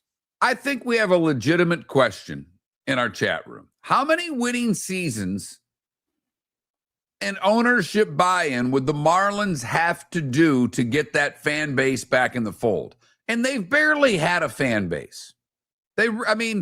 Obviously, because you can go back to when they won the World Series. No one started showing up until mid-August.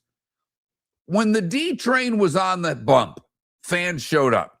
And that was that year. But you can go back and look, like every 5th day from a homestand, there was an attendance bump. When he was on the hill, people showed up. Outside of that, until mid-August, no one really showed up.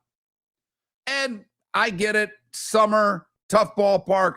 They are in a terrific ballpark. I am curious. Nice. I'm going to have to ask my doctor, David, when I go back in August, because that's the next time I'll see him face to face. And because of everything I've gone through, I'm not allowed to be in big crowds. That I still have an immunity deficiency, and I can't go to concerts. And there's been some things I've wanted to do that I literally, health-wise, I can't. Can I go to a Marlins game? Because that's not a big crowd. Well, not only that, it's not like you can't find a seat where there wouldn't be anybody around you. Like if I wear a mask in and just go sit in one of those sections with 4 people, am I okay? Maybe you have to wear the mask when you go to get a concession. Right. Maybe. Use the restroom, something like that. Yeah, exactly. Other than that, some hand sanitizer. I should be good at a Marlins game. Listen, I've said it before. They have big, wide, spacious concourses with unobstructed views when you're waiting in line for your food and drink, to turn around and watch the ball game. Seriously. And they have good concession food. Feel like I'm doing that Sports Center commercial with Oberman, Dan Patrick, and Bill Bradley there. No, a big audience. Right. Have you ever spoken in front of a big audience before? Well, I gave the keynote speech to the Democratic National Convention, and Oberman waits a second and he leans forward and he goes, Bill, we mean a big audience. Someone texts, sadly, Marlins have not been relevant since 2003. They made the playoffs just a couple years ago. That's relevant. I'm not saying it's great, but they just got done making the playoffs not too long ago. I think it was the COVID year of 2020 with the shortened season, 60-game season, they made it. And they won a round. It was a best of 3 and they swept the Cubs, but they, made the playoffs, won a round. I remember, Riley turned the Heat around, obviously. and they had their run with Mourning and them. But then there was a lull. There was like a 2-year lull. But they got Dwayne Wade, and he put Lamar Odom and Karan Butler with him. And midway through the 04 season, Mark, I think it was, all of a sudden the Heat caught fire and started winning. But the Heat had already established something, and they were only a couple or so years removed from it. So it wasn't that much of a surprise that once they got good again, people started showing back up. But Mark, I just think they unfortunately, because they're losing money, but unfortunately they probably have to market the hell out of themselves. Okay, come up with a summer advertising campaign. Maybe let people know, hey, we're winners. We're good. We're a playoff team. Here's the problem. And Alcantara, is a guy that was a budding star. Miami only comes out if you have someone. The team winning doesn't do as much as someone worth seeing. If the Dolphins win, they could have a bunch of no-names. They had the no-name defense. The Dolphins were first. If the Dolphins come back and are relevant, Dolphin fan will show up. The Heat have established themselves right now. They're Miami's team. They are. I hate to break it to you. The Panthers, we'll see what happens next year. They should be good. The whole Brady Kachuk coming, the Kachuk brothers, that should be a good thing. But trust me, this year they were bad. Fans quit showing up really quickly. Yeah, they sold their tickets. Now, Tampa's a different market. Now, they get annoyed with the Bucks, and they went through a season ticket list of 20 years in about 2 months. Because they're angry with the Glazers. Right. But the Lightning have a great, great fan base. And I believe hey, look, I could be proven wrong for those of you that don't think baseball will ever work in Florida. When the Rays get the new stadium, I think it's going to be met with open arms, and I think that they will sell lots of tickets. I spent a bunch of time in Tampa. I've said this a million times on the show. That drive to St. Pete, traffic-wise, is a pain in the butt. And people don't like to deal with a pain in the butt anymore. Where the new stadium is going is convenient for where the people are around it. I think they will draw well. We'll see. The renderings just came out. People are excited. They look terrific. Okay. And I'm being serious here. I'm busting your chops a little bit, but I'm also serious about it. We debated whether or not the Rays should get someone like Skubal, looking at how weak the American League is this year, what an opportunity they have. And you could argue that in that division, in that league, this could be their best chance in a long time to go to a World Series. When will they have an opportunity this good again? And you said, yeah, I can't give up resources when I'm not going to make $10 on it. People aren't going to come. Ballpark's in the wrong place. I'm not going to do it. Sorry. Okay, fair enough. Now let's turn that around on the Marlins. What if there's an opportunity to get a stud? And I'm not talking about a pitcher every 5 days. You just said Miami will come out. Okay, you got to be good, but you also need to have somebody worth seeing. Because I advocated for years that the Marlins should sign A-Rod. For years, I advocated for all the obvious reasons. Okay, what if they can get their hands on a stud player, position player? And now they're going to have to give up real resources. No, I know. Who? And I'm not being a jerk here. Give me the who. Who's the guy out there? Because I've looked at the top 100 players that are available for trade. There's not a guy on there to me that's an everyday player that moves the needle for the Miami fan base. The only guy I can think of that would do it, and I know he's, just came back from the injured list, and I don't know what's left, and I don't think he'd ever come there in a million years, is Mike Trout. That's the name. When you said that, the only name that's in my head that I know, if he first off, he's got to waive his no trade, which there's no indication he's going to do that. And if he did, to me, it would be to go to Philadelphia. But that's the name. So who's the other name out there in baseball that they could get? I'd have to work on that because I'm going through the names right now. Also, when you're a really good player, you usually have a salary attached. The funny thing is the Giants may already be ready to give up on Devers because they got a chemistry problem. I don't know if that manager is going to see year two. That could be one and done. And this Buster Posey thing is not working out so far. Be curious how much leash he has. This is kind of like Yzerman in Detroit. Okay, now they've given him a decade or thereabouts. I'm curious how long they're going to give, Buster Posey with the Giants. But I'm going to have to work on that. It's going to have to be a stick. Right. And I'm looking at ESPN put out a list of the top 100 trade candidates. Pitchers make up most of the top 10. Here are their non-pitchers on the top 10. You tell me if these guys move the needle. First of all, like this guy, 10% chance of being traded. Buxton from the Twins. I think it's a 5% chance. Pena from the Astros. Abrams from the Nationals. Chung-Ho Lee from the Giants. And Luis Ariz from the Giants. I mean, those are the 5 position players that ESPN has said are out of the top 100 trade candidates. Those are 5 of the top 10. The other 5 are all pitchers. Which one of those guys moves the needle? Because I would argue none. Who did you say? Who did you say from the Astros? Pena. What about Yordan Alvarez? Well, he's not on this list, but yes. Well, just because he's not on the list. He was on the Mark, he was on the list a month ago. Put it that way. And then the Astros started playing a lot better. And it's like, oh, well, how about if we keep him? We're getting guys back. But Yordan Alvarez is a stud. He is a stud. That's interesting because I don't think he moves the needle with the non-baseball fan. It would have to be a combination of some really good PR in that town.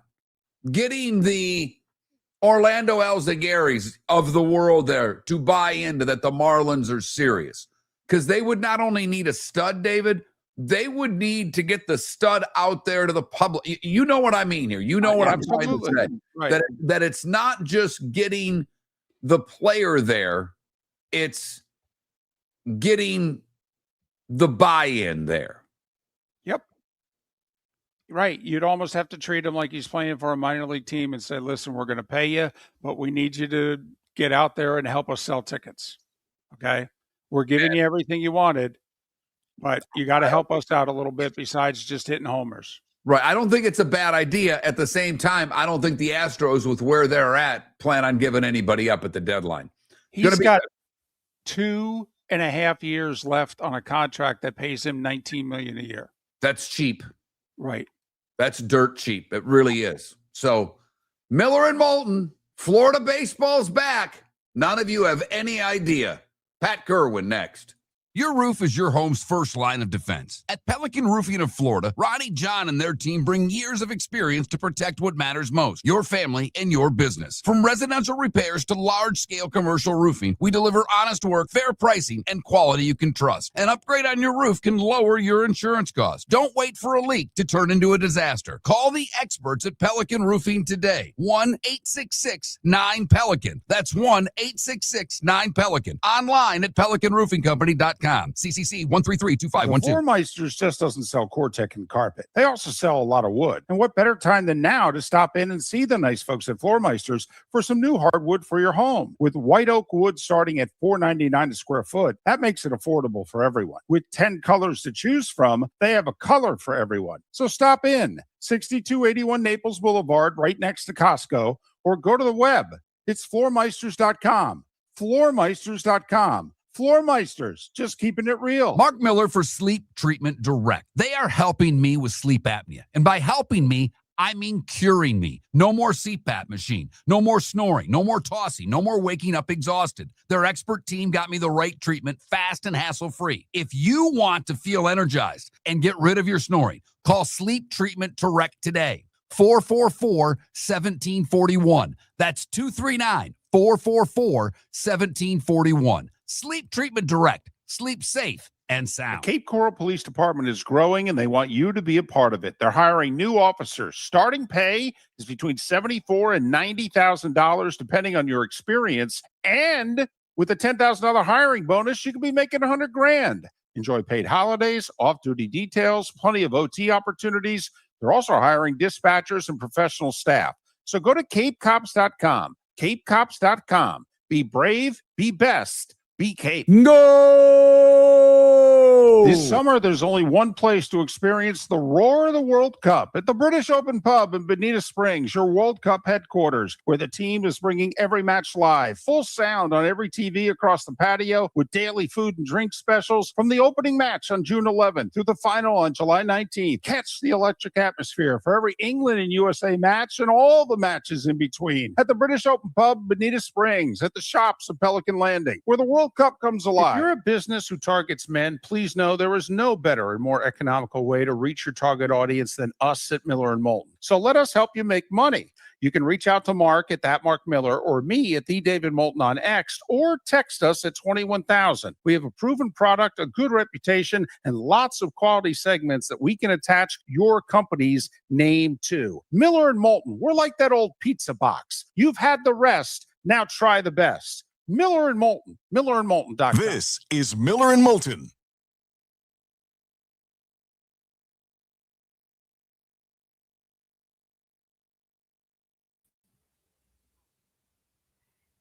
Good morning, Pat. Good morning there, Marcus. How are you? I'm good. How are you? Very good. Getting ready for the camp tour, which is closing in on me now. Is it ever, right? It's just upon us. We got all the airfares done yesterday and all the stops that we got approved for. And it's funny, I don't go unless there's practice. You know that. So I'm not going to do a camp stop if they're not even there or they're in watching a movie. So you got to have practice. It's kind of part of the deal.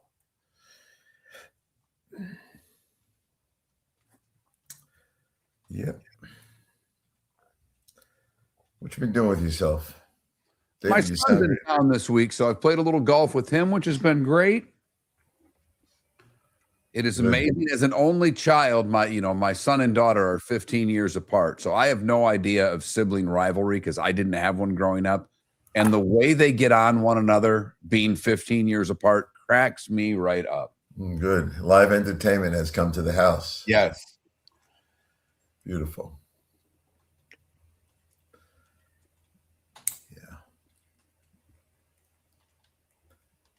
Yeah. I don't have the anxiety like we used to have on Sunday nights when we were in school, but I feel it closing in on me. I'm starting to look at the calendar to count days. I got you. No, I got you. Ba-dum-ba-dum-bum. Where are you going to go this year that you don't normally go? Well, Jake wants to go to the Chargers for obvious Okay. reasons. Let me just see where we're going. Where do they do camp, by the way? They got a facility there now in LA. Okay. Patriots, both. I'm just reading to myself. Detroit, Cleveland, those are all common ones. We're going to see. I told you this before. We're going to see some scrimmages. So we're going to see the Dolphins. We're going to see the Saints. Once in a while, we go to Houston. We're going back to Houston. He's going to I'm trying to get out of going to the Chargers. It's like he's going to go the day before we start, and I'm really not that excited to fly to LA. I got to go to LA like 4 times this year. And I know now I'm going to know how you feel. Yep. Yeah, so I just told him I'm not going to the Jets. You're going to want me to talk about Gino. You're going to want to talk about Aaron, Glenn. Get somebody else to do it. If you want me to go and I'll do what I want to do, then I'll do it. Well, we really need that sound. I go, good. We won't have my voice with it. Well, First off, it shouldn't matter. They've got so many people in the area. They could go to Florham Park. They don't need you to go to Florham Park. No, they requested me at the Jets did because they know I'm not going to deal with the trash. Oh. And I said, no, I'm not going. Well, you know, Aaron, you know, Gino. Yeah, I know. And that's why I'm not going. Right. Because otherwise I'd have to ask. How fast were you going yesterday? No. Idiot. And Aaron won't interview with anyone but me, so it's kind of funny. Well, we really want to get Aaron.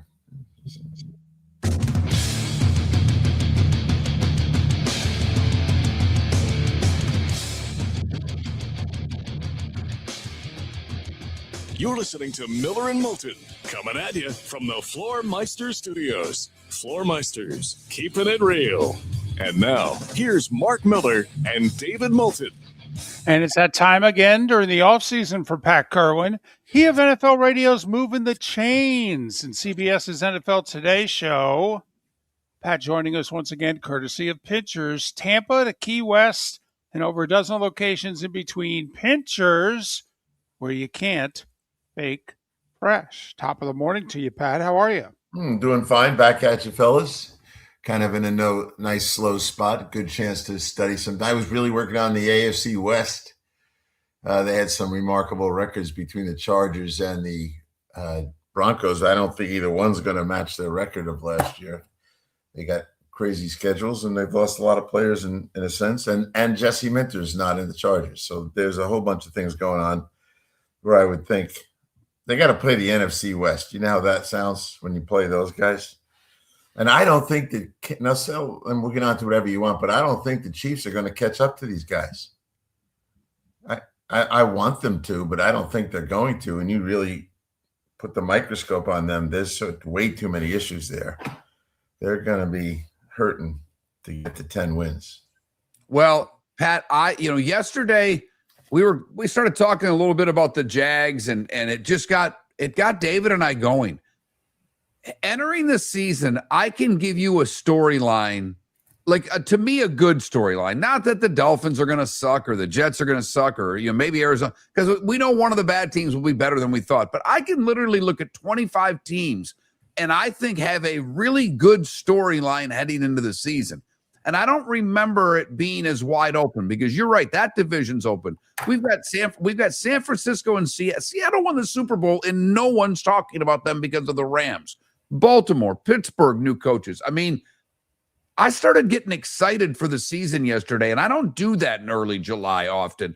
When you dig deep on what's ahead for so many teams, can the Patriots, I can sit here for days and just give you headlines, and they're not the normal crap that we have in July, Pat. No, I hear you. The Patriot thing, boy, you talk about a wide range of what people think is going to happen. I've seen 13, 14 wins from guys I respect. I've seen guys saying losing record for the Patriots. So you're right about that. There's a wide range of things going on. At the end of the day, when the dust settles, this is what I can never get to, and I should be able to, but I don't. Mark, tell me, do you see 5 teams in the playoffs that weren't in the playoffs? I think there'll be some variations of records, but I don't think we're going to see a lot of new teams in the playoffs. And I'm wrong about that every year. I just can't see it. See, it's funny. I think you could flip-flop the NFC North, that the two teams who made it last year miss it this year, and or it could be exactly the same. To me, that division's a total coin flip. To me, Pat, the most interesting team in the league is one of the most boring franchises in the league, the Indianapolis Colts. They were 8-2 last year, and they lost to Forrest Buckner, Sauce Gardner, and Daniel Jones. What if that 8-2 team had kept their 2 best defensive players and their starting quarterback? Would they have put up a Patriots type record in which we're all looking around going, how the hell did this team win 13, 14 games? I don't even know how good they are. Yeah, they're a good example of a dark horse that was the first half of the season the team, was the second half of the season the team. Is the division, I think Houston is going to be terrific. And that's just me. But I do think that there are teams that are at least spoilers, and they're definitely one of them, where they could knock somebody out. But who are they going to knock out? It's easy to say, let's knock out Jacksonville, because we don't believe they can. I get more people that just say, I don't trust those guys. But they must trust. I trust that coach. I didn't really know him that well, but, man, I've spent some time with him. That guy's on top of it. So I hear you on the Colts. I probably won't take them, and I'll probably be wrong again. But, I get a little action for. I get some action for the Saints, that they're going to win the division. And it's not just Jake and the guys down in Louisiana. And I get a little bit of love for the Giants as a wild card. And to your points, no one sees that. I saw last year's one of the guys I like a lot put the Chiefs down for 13-4 and had to swallow the 6-11. Well, Pat, I can, I differ with you, because I can tell you that the Packers, the Panthers in the NFC, there's two. And in the AFC, I can sit there and tell you the Steelers, because I don't think the Patriots make the playoffs this year, by the way. Steelers, Patriots, and Jags all missed the playoffs. And I wouldn't be surprised in a bit. Because Washington, Jaden Daniels, if he's healthy, I like the moves they made. Can they be the double-digit loss team? Yeah, the Chiefs have a tough division, but they still have Patrick Mahomes. Is Cincinnati ever going to get their head out of their you-know-what and have a good season with the opportunity with the Ravens and Steelers both having new coaches? I like the Bears. I think they've done the most in that division. But, David's talked about this for a month, Pat. If O'Connell there can get anything out of the quarterback, out of Murray, if he's the 15th best quarterback in the NFL, Pat, you tell me, how good are the Vikings? If he's just average, how good are the Vikings? Well, let's start with, they had a winning record last year. Right. And whether you like Kyler Murray or not, and I'm not a big fan of Kyler Murray, he's going to be better than what they had. So that kind of brings you right to your point. That team, I think they love being completely ignored by everybody. And they are. They could be like the Colts. And maybe that's where these teams are coming from that didn't make it. And I say it every year. I cannot find 5 teams that I commit to get there that weren't there. But there's 2 of them for sure. Well, I think the bottom feeders are the bottom feeders. We don't have to talk about the Raiders and the Cardinals. Yeah, and the Dolphins and the Jets. And I think we had 5 teams last year that we pushed to the side and said we could make a case for the other 27 making the playoffs. But how do we not put money on the Ravens this year? Do we really think that with all that talent on that roster, they're going to miss the playoffs twice in a row? And for as highly as we thought of Minter as a coordinator, don't you think that the guy in Baltimore resembles the guy in Seattle? Yeah, so here's my story on Baltimore. I'm going there, so I'm going there with one thing on my mind. That Zay Flowers comments about, well, John pushed us too hard. We did too much work. We left our best stuff on the practice field. Late in the year, he didn't rest us. All that stuff, and that John had a bit of an iron fist over the team. That's exactly how the Patriots sounded when Belichick left.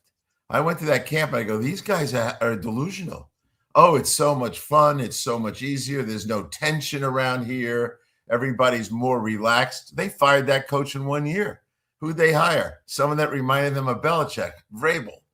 So I heard that, and I think Jesse will do his part. He's a good coach. But when players start thinking, it's going to be much more relaxed, they are underestimating what it took to get as good as they were.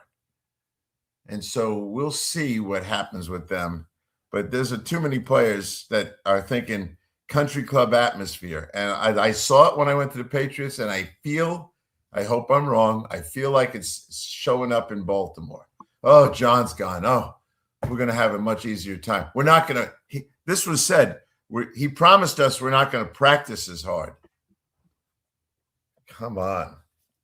Do you think that's a formula for success in the NFL? Relax? No, but I don't think that he'll be as relaxed as Mayo was in New England, number one. Two, he'll have a much better roster. Three, Lamar missed half the year, and they were the worst team in the league at rushing the passer, and they won't be this year. So, I mean, they won 8 games last year. I don't know how you can't think they're going to win less than 10 this year. Okay, I got a couple of thoughts. I mean, I'm not down on them. It's easy to take Baltimore. You go out to Vegas. You go out to Vegas, and they all think they're going to win the division. Yes. You can't get good odds on out there with those guys, but since I don't go to Vegas, I could care less. I do not like the receiver room. That's part of it. Ronnie Stanley's getting old. They lost their center. Yeah. And they let him go. Painter's not going to do it. Matabuke, that defense couldn't stop anyone when he went down, and not even sure he's coming back. Calais Campbell can't play 35, 40 plays a game. So I see some issues with that stuff. Not enough for me to say they can't win the division, but I know Lamar. Lamar's going to try to throw the ball, and he's not going to find anyone but his old tight end. And David, you were the one back when Kelsey was losing a step but still effective and still target number one that you agreed, and you actually said it, that they just have to double Kelsey in the red zone. Well, That's all I'm doing with Mark now.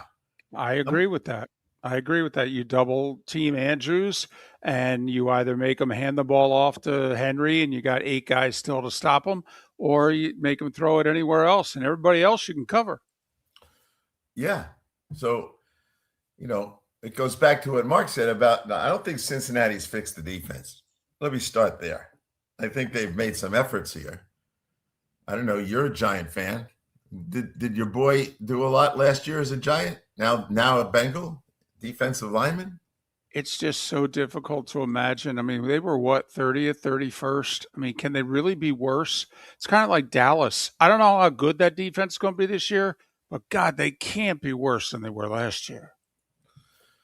No, they can't. That whole story about Schottenheimer said he would have stayed as the OC, that's a fact. Because I know guys that said, if you hire me, I'll keep Schotty. And the answer was, oh, good, that'd be great because we want to do that. But it leads this to you, Mark. When you hear Schottenheimer say, I would have stayed, what does that tell you about who was making the call? You think the new head coach was going to decide if Schottenheimer's there, or was Jerry saying, we're going to keep the OC? What kind of head coaching opportunity is that? And look, that's one where the head coach doesn't have power. I'll talk about another team that doesn't have, like Cincinnati, Dallas, Detroit. They're kind of all in the same mold to me. You mention it all the time. Do you have to score 30 to win every time? Because I don't think any of the defenses are good enough. And that's good enough to maybe get you to the playoffs. I don't know if it's good enough to win a division. He's Pat Kirwan, NFL Radio's Moving the Chain, CBS Sports, the NFL Today Show. And Pat joins us on Miller and Moulton, courtesy of Pinchers, where you can't fake fresh. Your roof is your home's first line of defense. At Pelican Roofing of Florida, Ronnie John and their team bring years of experience to protect what matters most, your family and your business. From residential repairs to large-scale commercial roofing, we deliver honest work, fair pricing, and quality you can trust. An upgrade on your roof can lower your insurance costs. Don't wait for a leak to turn into a disaster. Call the experts at Pelican Roofing today. 1-866-9-PELICAN. That's 1-866-9-PELICAN. Online at pelicanroofingcompany.com. CCC 1332512. The Floormeisters just doesn't sell Cortec and carpet. They also sell a lot of wood. And what better time than now to stop in and see the nice folks at Floormeisters for some new hardwood for your home. With white oak wood starting at $4.99 a square foot, that makes it affordable for everyone. With 10 colors to choose from, they have a color for everyone. So stop in. 6281 Naples Boulevard, right next to Costco, or go to the web. It's floormeisters.com. Floormeisters.com. Floormeisters, just keeping it real. Mark Miller for Sleep Treatment Direct. They are helping me with sleep apnea. And by helping me, I mean curing me. No more CPAP machine, no more snoring, no more tossing, no more waking up exhausted. Their expert team got me the right treatment, fast and hassle-free. If you want to feel energized and get rid of your snoring, call Sleep Treatment Direct today. 444-1741. That's 239-444-1741. Sleep Treatment Direct. Sleep safe and The sound. Cape Coral Police Department is growing, and they want you to be a part of it. They're hiring new officers. Starting pay is between $74,000 and $90,000, depending on your experience. And with a $10,000 hiring bonus, you could be making $100,000. Enjoy paid holidays, off-duty details, plenty of OT opportunities. They're also hiring dispatchers and professional staff. So go to capecops.com. Capecops.com. Be brave, be best, be Cape. This is Miller and Moulton.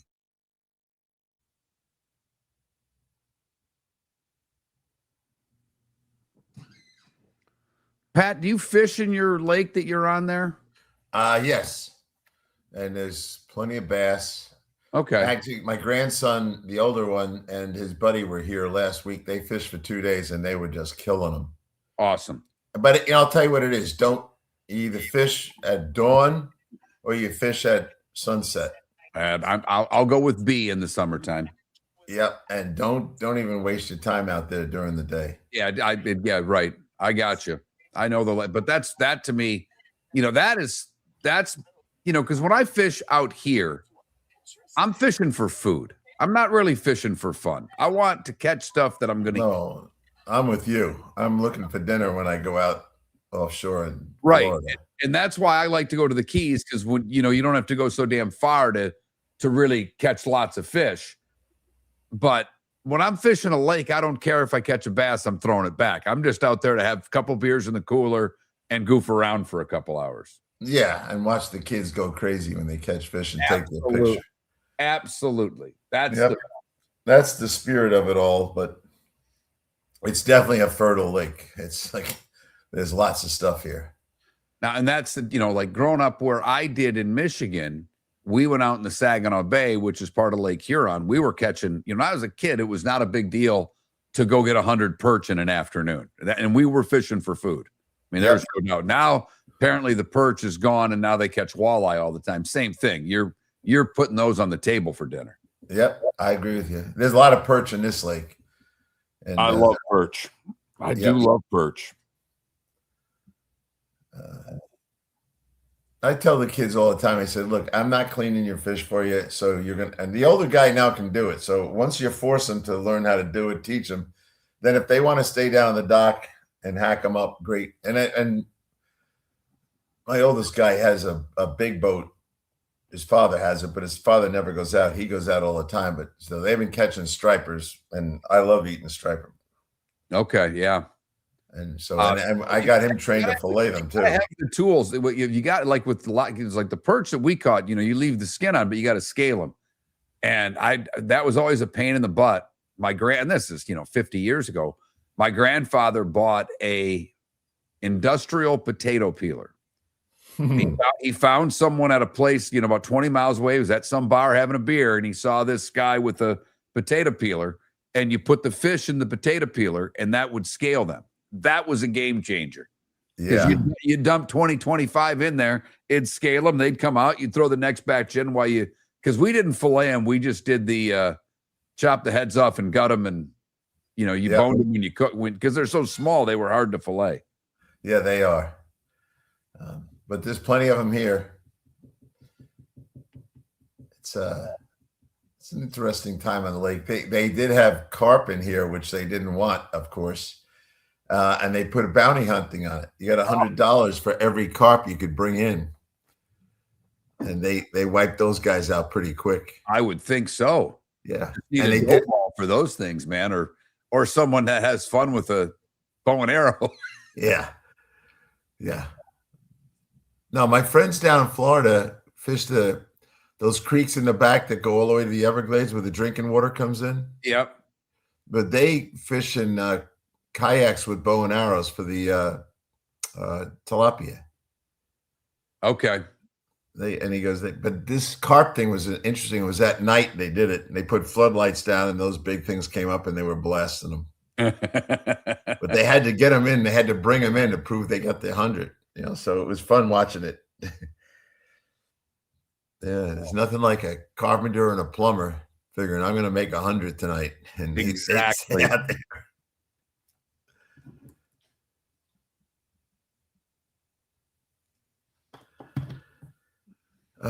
I'm taking one of my buddies lost his wife. Great guy. I'm taking him to Saratoga for the weekend. Oh, very good. Yeah. And Chris Mara gave us his box. So and he loves, now this guy loves horse racing. And Chris Mara's box is right next to the #1 trainer there. I think his name's Brown. Good. That's And awesome. He's just the box next to him is where I'll be sitting, because that's where Parcells is. I'll just be talking to Parcells, Here we go. and my guy will be talking about training horses. Welcome back to Miller and Moulton. Text the guys what's in your mind at 21,000. That's 21000. And now, here's David Moulton. 21 minutes past the hour. Adam Eaton will join us in a little more than 15 minutes' time. The Big 12 just wrapped up their summer meetings. All the coaches meeting with the media. He covers UCF for a living. Adam will join us in a little more than 15 minutes' time. We wrap things up with Pat Kirwan. He covers the NFL for a living. Pat joins us courtesy of Pinchers, Tampa to Key West, all points in between. Pinchers, where you can't fake fresh. Anybody going to sign Terrion Arnold? I don't think so. I think they waited out to see how. First off, if you sign him, you can't. The league's not going to tell you if they're going to suspend him, so that's part of the problem. There's going to be a PR problem with it, and I would think it sounds interesting to do, but I don't think anyone will do it. I think they'll wait it out and see how bad this is going to be for him. I mean, he could be going to prison for all we know. So Right. I'd be skipping signing him. But in all honesty, this thing probably will not be adjudicated this year. I mean, so Right. unless the league usually, not always, but usually likes to wait until something is adjudicated. So in theory, he could play this year and then go to prison next year.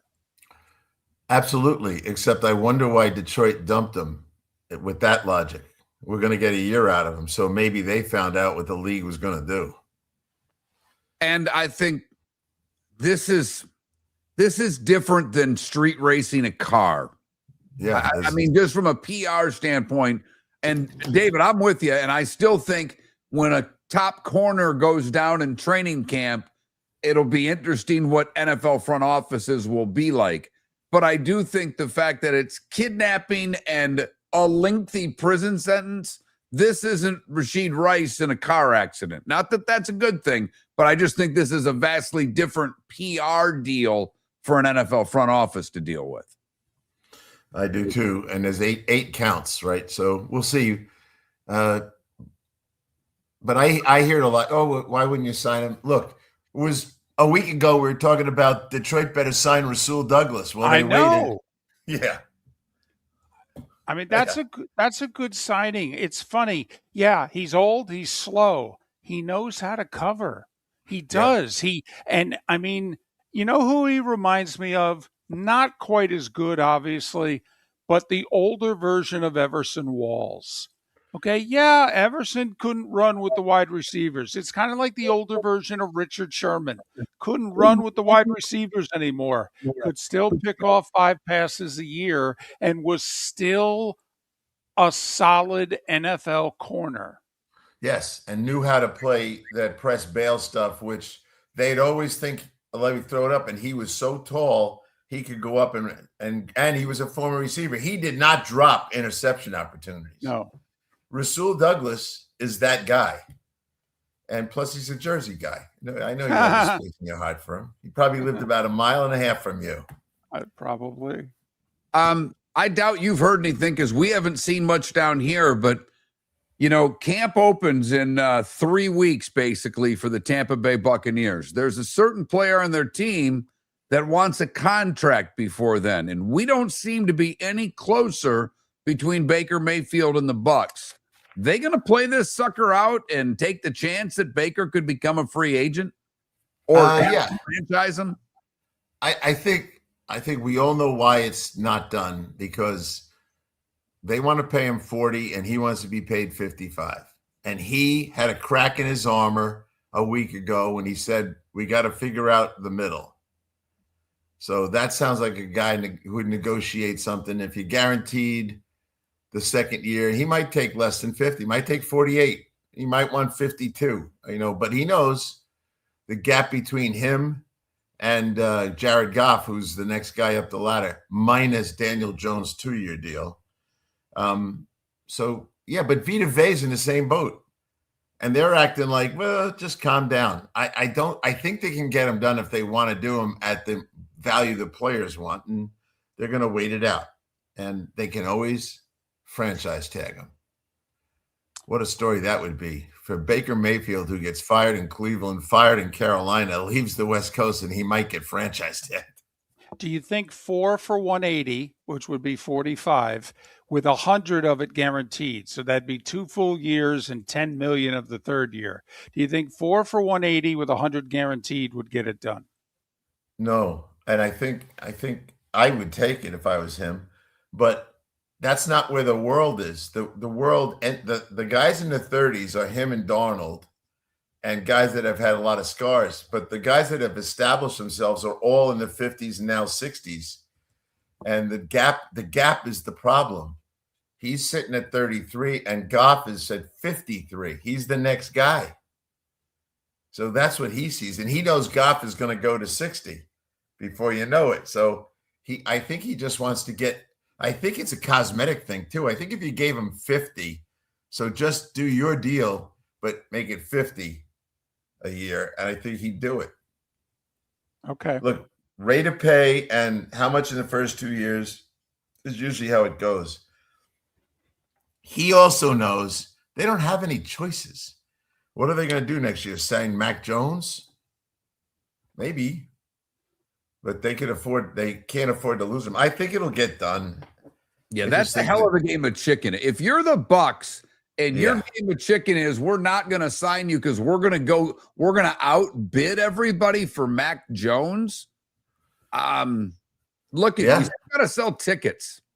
There are other things involved here. You just lost 2 franchise players in the last year that one retired and one's gone to the West Coast and didn't say the best things going out the door.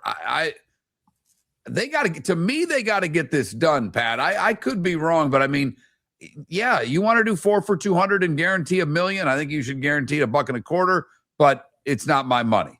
Yeah. I think it'll get done, but I think that when he said we got to find the middle ground, that's all I needed to hear if I was the club side to know we're getting it done. But in the meantime, we're not talking about Vita Vea.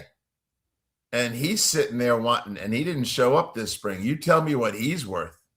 Yeah, I would sign Baker and franchise Vita Vea, because the other thing is that means I'm getting this year and I'm getting next year. And with that Then big it's fella, yeah, exactly. Then you wonder with that big body, how much is left on the tires come 2028. So for what it's worth, that would be my game plan if I were the Bucks. I'm going to sign Baker, but we'll play the tag game with Vita. Yep, I like that style. You're still the GM of this show. Don't lose your sharp edge. I'll tell you what, though. Let me tell you. Okay, Miller and Moulton have been going at it. Not necessarily about football, but the season hasn't started yet. But let me tell you, we've been going at it. Little hockey, little NBA, little baseball. We've had our staff meetings have become pretty lively, Pat. I like it. Just put it this way, Pat. The baseball GM gets a lot more blowback from me than the NFL GM does. That's all I'm saying. You got to remember, I usually flip you guys on at 7:45, and I hear 15 minutes of rage. And I go, get it out of your system before I come on. It's too early for me to deal with this fighting. Well, Pat, it's not going to be too long before you're going to have to get that suitcase down, because your training camp tours are only a few weeks away. Your countdown's begun, And we're a couple weeks. We're gonna have to adjust our schedule for you because you're gonna be traveling all over the country for training camp. Yep, we are, and I try to check in with you a little more often. Usually in the morning, I'm on my way to the next facility, so I'll try to give you some camp reports while we're out there. But we have a little bit of time just to chill out here and talk about stuff. I want you, Mark, to dive into the Chiefs a little bit and tell me how you see them pulling themselves out of the muck they're in. Because I can't see it now. You got an injured quarterback. You have terrible offensive tackles. You lost your secondary. You can't rush the passer. Other than that, how's the play, Mrs. Lincoln? No, I hear you. And if Mahomes is going to be ready, we shall see. Pat, thanks so much as always. Enjoy the rest of your day, my friend. Take care, my friends. Talk to you soon. Pat Kirwan on Miller and Moulton, millerandmoulton.com. Your roof is your home's first line of defense. At Pelican Roofing of Florida, Ronnie John and their team bring years of experience to protect what matters most, your family and your business. From residential repairs to large-scale commercial roofing, we deliver honest work, fair pricing, and quality you can trust. An upgrade on your roof can lower your insurance costs. Don't wait for a leak to turn into a disaster. Call the experts at Pelican Roofing today. 1-866-9-PELICAN. That's 1-866-9-PELICAN. Online at pelicanroofingcompany.com. CCC 1332512. Mark Miller for Sleep Treatment Direct. They are helping me with sleep apnea. And by helping me, I mean curing me. No more CPAP machine. No more snoring. No more tossing. No more waking up exhausted. Their expert team got me the right treatment, fast and hassle-free. If you want to feel energized and get rid of your snoring, call Sleep Treatment Direct today. 444-1741. That's 239-444-1741. Sleep Treatment Direct. Sleep safe and sound. Floormeisters just doesn't sell Cortec and carpet. They also sell a lot of wood. And what better time than now to stop in and see the nice folks at Floormeisters for some new hardwood for your home. With white oak wood starting at $4.99 a square foot, that makes it affordable for everyone. With 10 colors to choose from, they have a color for everyone. So stop in. 6281 Naples Boulevard, right next to Costco, or go to the web. It's floormeisters.com. Floormeisters.com. Floormeisters, just keeping it real. The Cape Coral Police Department is growing, and they want you to be a part of it. They're hiring new officers. Starting pay is between $74,000 and $90,000, depending on your experience. And with a $10,000 hiring bonus, you could be making $100,000.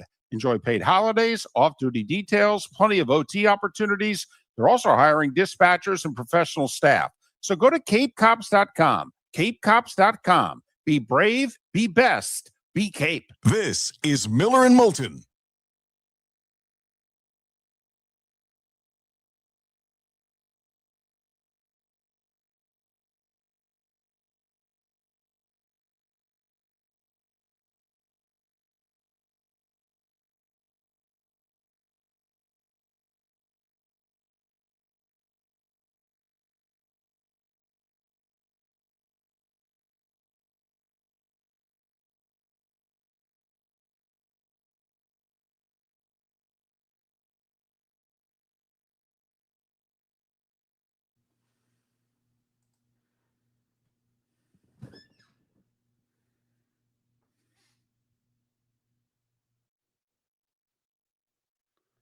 Panda, I had no idea there was such a thing.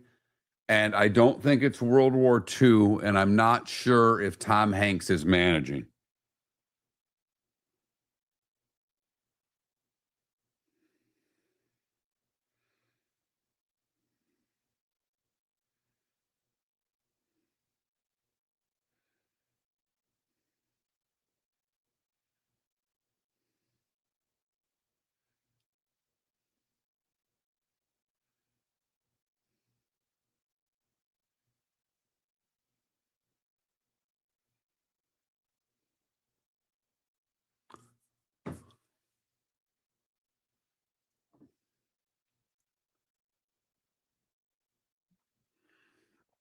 Where's its TV deal?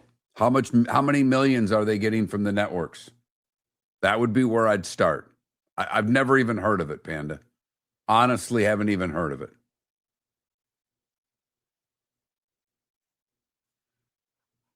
And I think by now you know I don't care.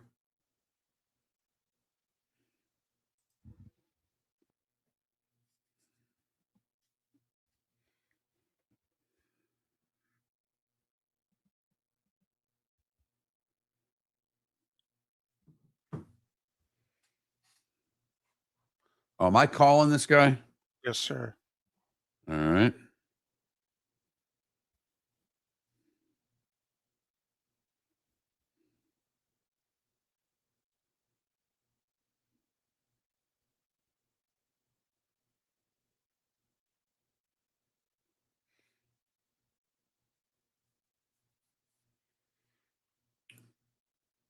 You know, Adam, those guys that are so good at that, it is scary to me. I can't even throw a damn cast net worth of crap. My thing looks like, maps of goofy states.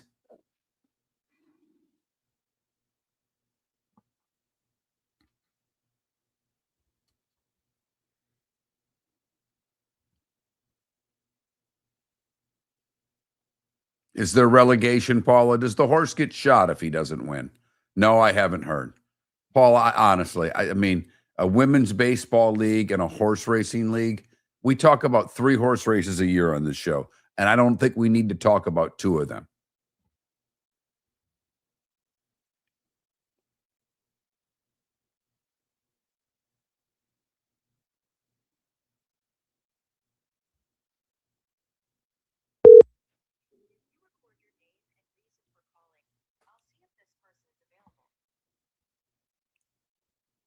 Mark Miller and Moulton Show.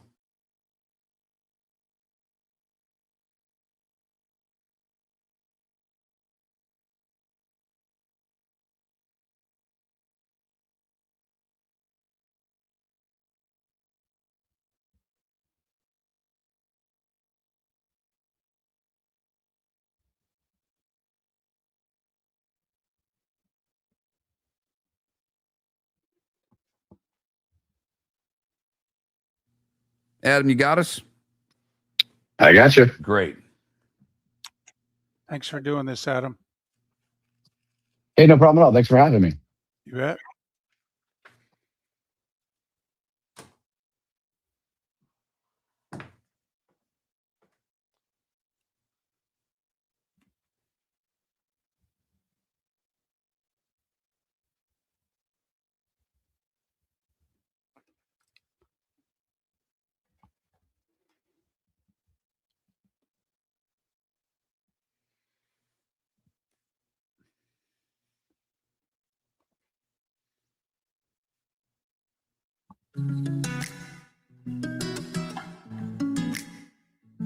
Welcome back to Miller and Moulton. Text the guys what's in your mind at 21,000.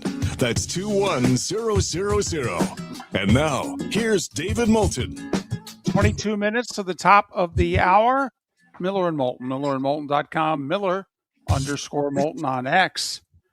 He covers all things UCF. He's Adam Eaton. He helped found sonsofUCF.com, sonsofUCF.com. Follow him on X at Sons of UCF. Adam, it's David and Mark. Good morning. Thanks for doing this. How are you? I'm good, gentlemen. How are you today? Well, we are well. You were just in Frisco for the Big 12 media days, if you will. Before we get to UCF, can I just ask you a generic, does the Big 12 look and feel like a really solid conference going forward? When Yermark gave his speech and answered his questions, do you have a good feel and confidence in this conference going forward? Yeah, look, it's a really tough question to answer in 2026 of college athletics, right? Like, there's so much movement and there's so many back channel deals happening at all times. I don't know that outside of the SEC and the Big Ten, you can feel confident really about any conference. But I will say this: I think Brett Yormark has done a great job of trying to bring these 16 schools together. They're not regionally aligned very well if you look at the map. Obviously, you've got Florida, with UCF, West Virginia, Cincinnati, right? So not super regionally aligned, but I think Brett's done a good job of trying to bring these schools together and trying to put together a unified 16-team league that can compete both in football, basketball, and other Olympic sports. So, I mean, I guess I would never say for sure, but I have some confidence in the Big 12 leadership. I have some confidence in what Yormark wants to do.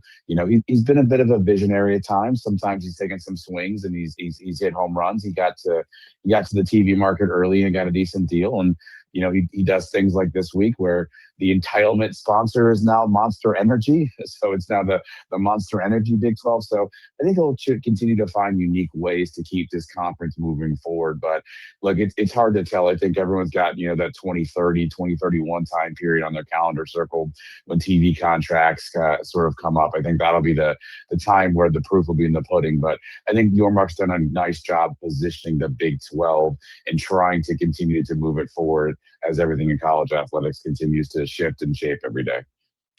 All right. UCF, I have been giving them a hard time for a while because after the self-proclaimed national championship and playing with the big boys, it's not, and they're not even, they're in the Big 12, but it's a Power 4 conference. They got what they wanted.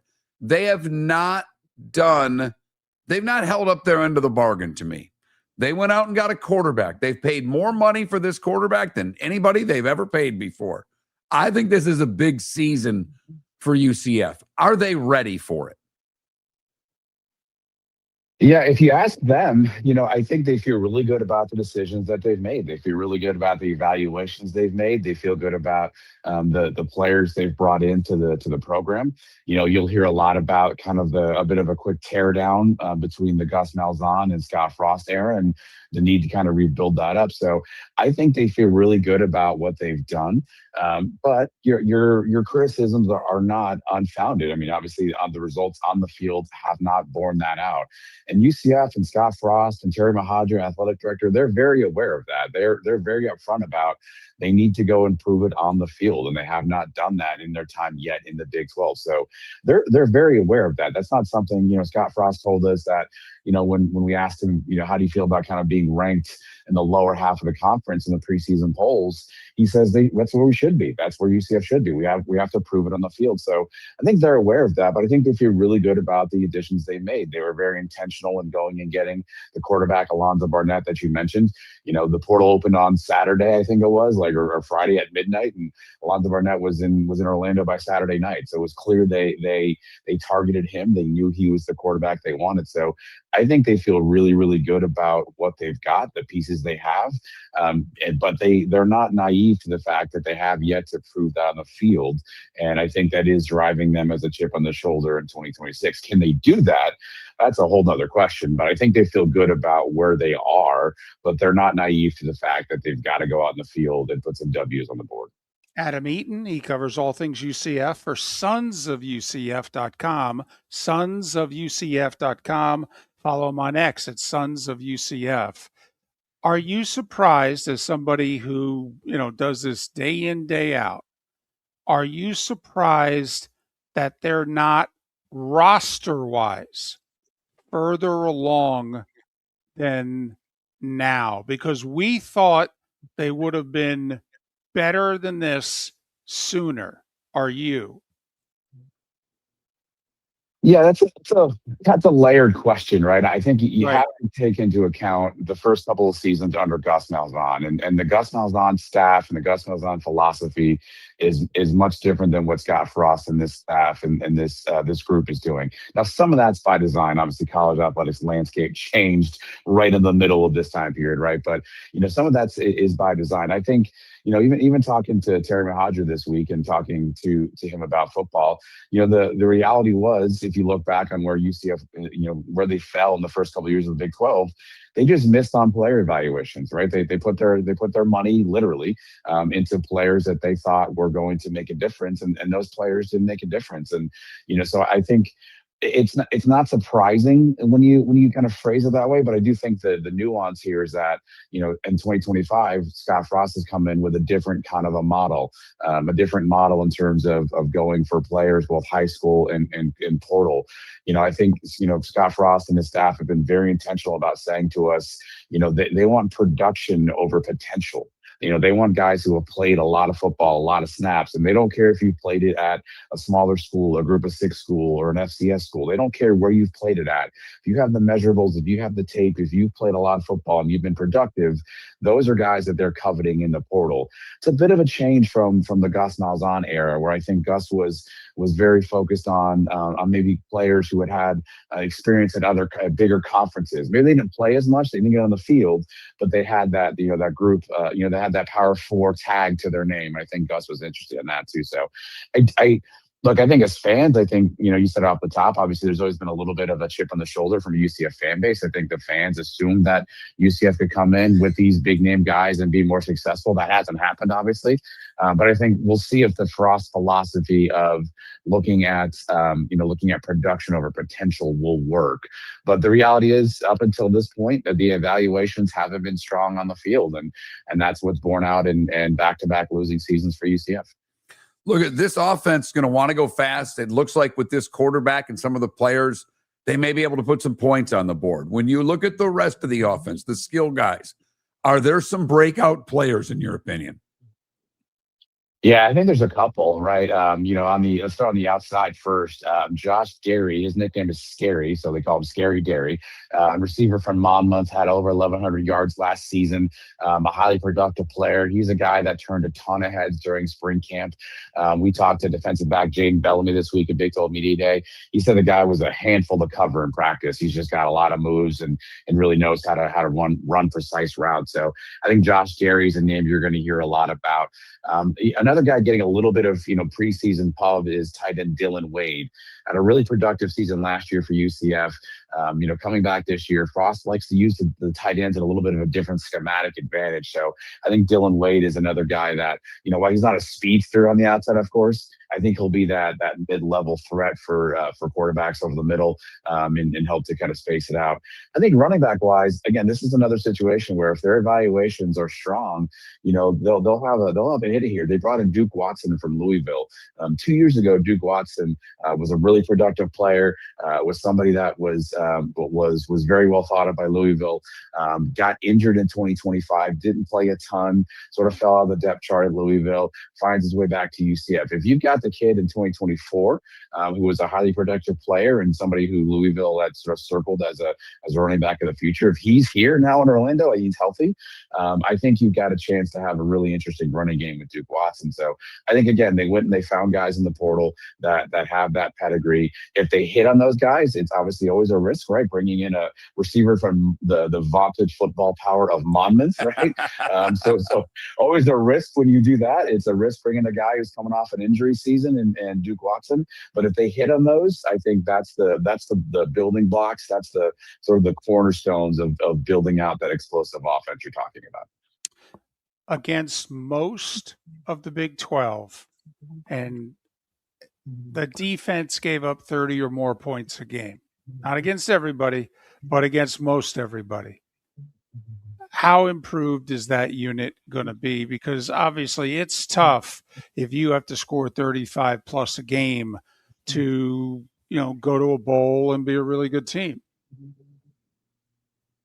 Yeah, that's going to be the big question, right? I think, to your point about the amount of points given up, I do think there is some nuance there. UCF was in a lot of games and offensively could never figure it out. I think at some point you just ask the defense to do too much. I mean, you talked about the defensive numbers. If you look at the other side of the ledger and the offensive numbers, UCF struggled to score last year, and they relied on their defense to keep teams down a ton. And I think as the season wore on, it was just tough to ask the defense to get stop after stop after stop. So I think they played a little bit better than the numbers would indicate. But the reality is, obviously, they didn't play well enough to get points on the board. They did not do a good job of getting and generating takeaways and turnovers last year, which I think has been a huge emphasis this year. But are they better? I think their secondary returns for the 5 stars from last season. So you feel good about the depth in the secondary. You feel good about the experience in the secondary.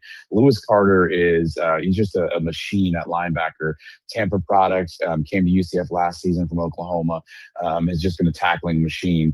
It's really going to sort of be the lines of scrimmage, really really on both sides. But since we're talking defense, UCF lost a lot of depth on that defensive line. A lot of guys have left and gone to the portal, and they went out and found some good pieces from some schools. But there is still some unknown there. Probably their most prominent defensive lineman, Horace Lockett, is coming off of a pectoral injury from last season, so he's been a little slowed. They brought another transfer in, Bruno Dahl from Akron. He was slowed this spring. So I think the back half of the defense can be formidable. I think the question mark will come on the front line. Do they have enough depth on that front line? It's tough when you lose a first-round draft pick and Malachi Lawrence to the Dallas Cowboys. He was on that line last year, so you're replacing his production on the outside. Nigel Lee Kelly, a guy in NFL camps right now, you're replacing his production. I think the line is going to drive a lot of how UCF's defense can perform in 2026. And I think the back half has some talent, has some pieces. There is continuity in the second year of the system under defensive coordinator Alex Grinch. So I think you feel good about that. But if that line can hold up in the Big 12, as you guys are talking, you'll get run through and run over and pushed around, and that's obviously a recipe for disaster defensively. I'm glad you brought up that Lawrence is gone, because no matter how good the defense, when you lose the first-round pick at UCF on the defensive line, that's a big blow. But here, to me, are some of the positives. When you look at their schedule, there's no Texas Tech. There's no Utah. Now, they do play BYU. They do play Houston. But it is not, to me, from a Big 12 standpoint, the most difficult schedule. So what's the floor? I mean, to me, they've got to go bowling. But can they get to 7 is really the question. But, I mean, a bowl is paramount to me. 7 would be really nice. When you look at this team and their schedule, what do you see? Yeah, I think the conversation has to start at 6 wins. I mean, just everything you talked about prior to this, right? The trajectory of the program, where they were, sort of how they've limped into the Big 12, if we're being honest. I think there's some pressure. 6 wins has to be, the entry point in the conversation. The schedule does offer you some advantages. The back half of the schedule feels a little bit easier. You've got Iowa State, which is obviously a program that's struggling. And you go to Colorado last game of the year. What will that team look like? So the back half of the schedule, eases up a little bit. But that front part is really interesting, right? Because you're facing a TCU team at home that's going to be tough.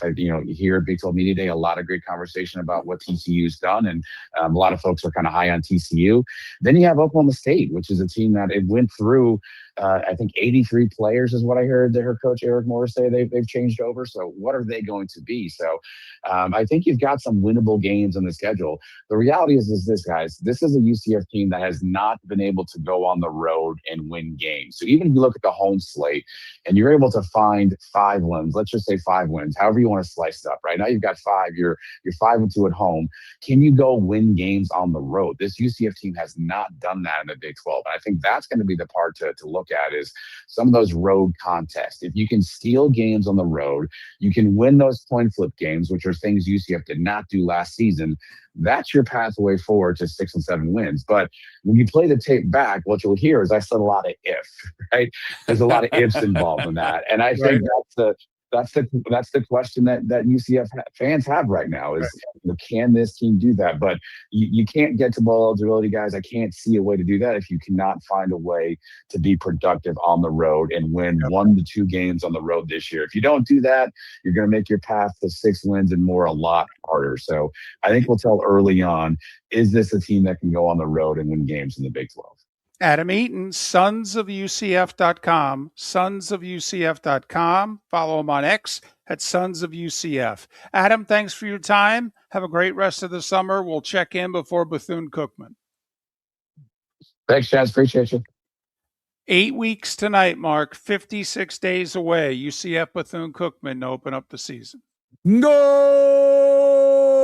This summer, there's only one place to experience the roar of the World Cup, at the British Open Pub in Bonita Springs, your World Cup headquarters, where the team is bringing every match live, full sound on every TV across the patio, with daily food and drink specials from the opening match on June 11th through the final on July 19th. Catch the electric atmosphere for every England and USA match and all the matches in between at the British Open Pub, Bonita Springs, at the shops of Pelican Landing, where the World Cup comes alive. Mark Miller for Sleep Treatment Direct. They are helping me with sleep apnea. And by helping me, I mean curing me. No more CPAP machine, no more snoring, no more tossing, no more waking up exhausted. Their expert team got me the right treatment fast and hassle-free. If you want to feel energized and get rid of your snoring, call Sleep Treatment Direct today. 444-1741. That's 239-444-1741. Sleep Treatment Direct. Sleep safe and sound. Floormeisters just doesn't sell Cortec and carpet. They also sell a lot of wood. And what better time than now to stop in and see the nice folks at Floormeisters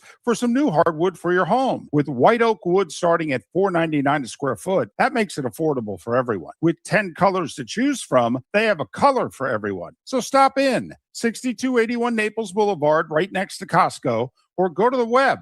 It's floormeisters.com.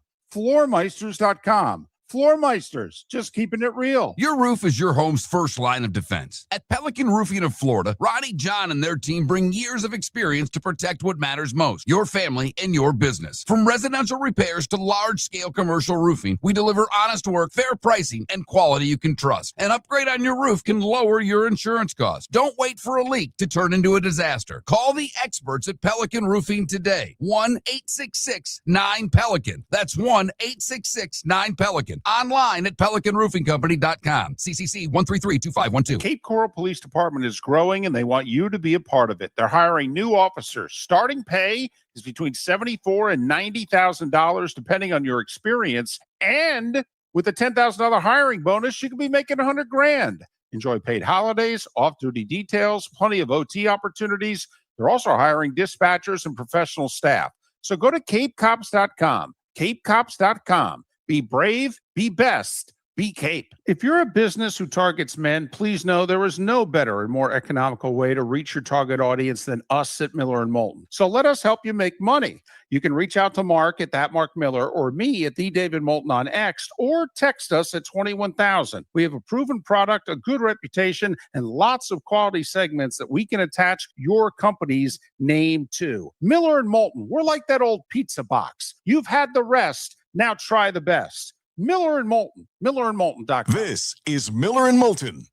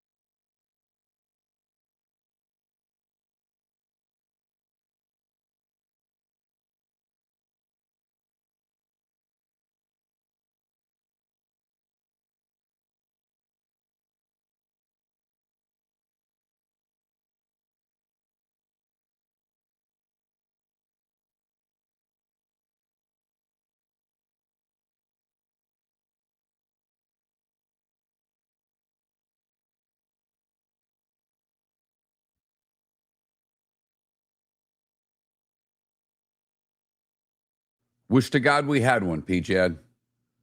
I mean, I can't say this any more seriously. If things don't turn around in the next 30 days, this show will be over. We will have made 20 years and be done. That's period, end of sentence. Cannot be more serious when I say that. We don't get sponsors soon, we're effed. And I mean soon, like by the end of the month.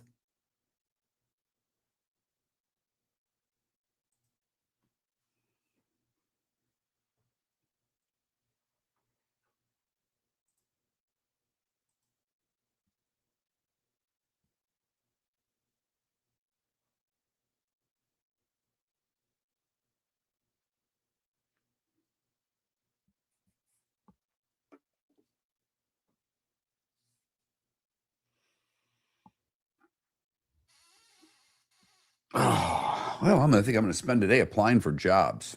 Anybody hiring?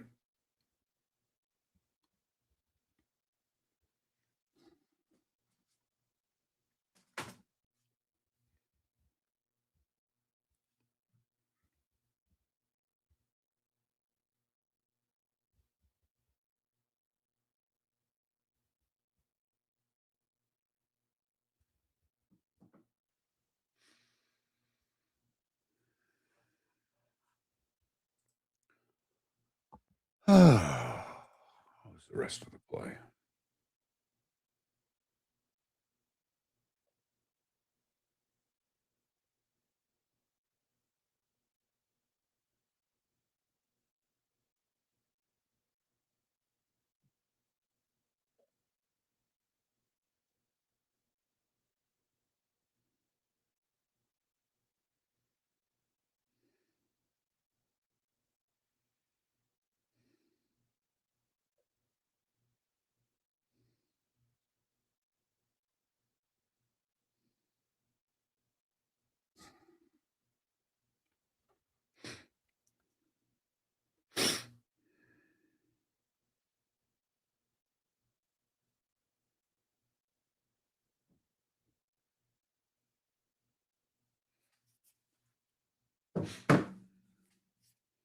Can't be around that many strangers, Alan.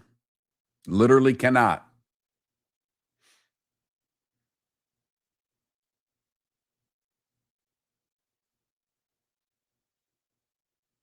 Maybe I'll be working at Publix. Especially if I can work overnight. Do stocking or something. That would be great.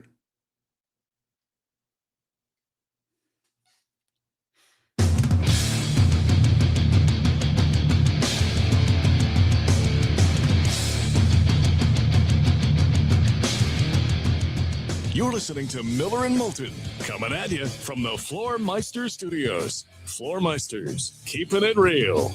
And now, here's Mark Miller and David Moulton. It is the final hour, the pro hour, the bonus hour of Miller and Moulton, millerandmoulton.com on this Thursday. Thanks so much for being with us. We've talked some football, especially in the last hour, a lot of baseball, kicked a few other things around like sugar cookies and being a good customer or not. World Cup back in action this afternoon. That's 7 hours from now, France and Morocco, for those of you who missed it yesterday. Curious how many of you kind of had gotten into a, nice little rhythm of either afternoon or evening soccer. And you were like, hey, where was it? I missed it. Only 8 matches left, and that's if you include a third-place match. And I don't know about you. I don't watch third-place matches, third-place games. It's bad enough I had to broadcast a couple. That was enough. But Miller and Moulton on this Thursday. Big baseball game in St. Pete this afternoon. How far would the Rays go to winning the American League East if they can win this afternoon and take a 6-game lead on the Yankees, 7 in the loss column? And the Yankees just desperately trying to hang on till they get the big boys in the lineup back. And yeah, what did you say, Goldsmith? Didn't he go 0 for 4 with 3 Ks yesterday? 3 Ks, yeah. Isn't that 0 for 34? I think. Wow. So far, yeah. This is Jeter had a stretch like that at one point in his career. And I mean, plus he was so hot the first 3 months of the year. And, you kept like every week and a half going, how long is this going to continue? Well, it lasted till about July 4th. Maybe even July 1st. That was about it. Boone was desperate yesterday. They moved him to the first place hole in the lineup. Figuring, facing a lefty. Okay, he's a good fastball hitter. Obviously, nothing. McClanahan shut out into the 7th yesterday. And for the Rays, 6 1/3 out of their starters. My goodness. The Rays would take that for the rest of time. So, big baseball game this afternoon in St. Pete. Let me ask you a question. I know you have made the case for Skubal, and I know that that realistically the Rays aren't going to do that. Right. But if you were the Rays, not David Moulton being GM of the Right. No, I know.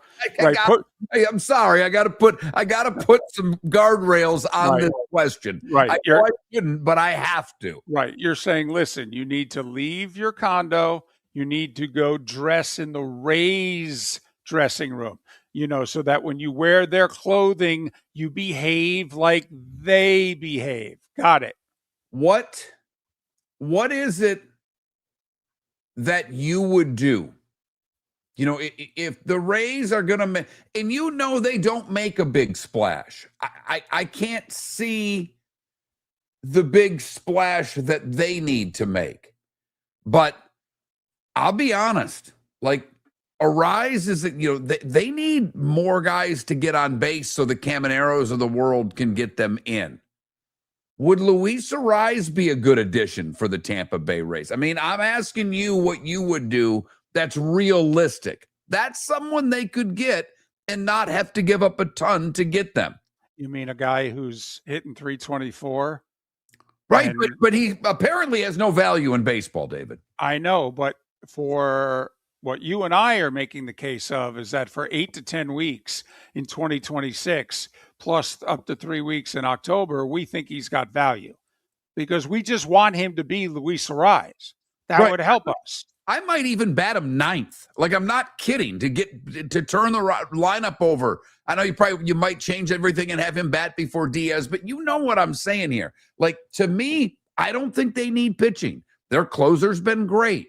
So I'm not going for arms. They might want to get a bullpen arm that can pitch middle innings. That wouldn't be a bad move. Again, I don't think that's something that's going to cost you a whole hell of a lot.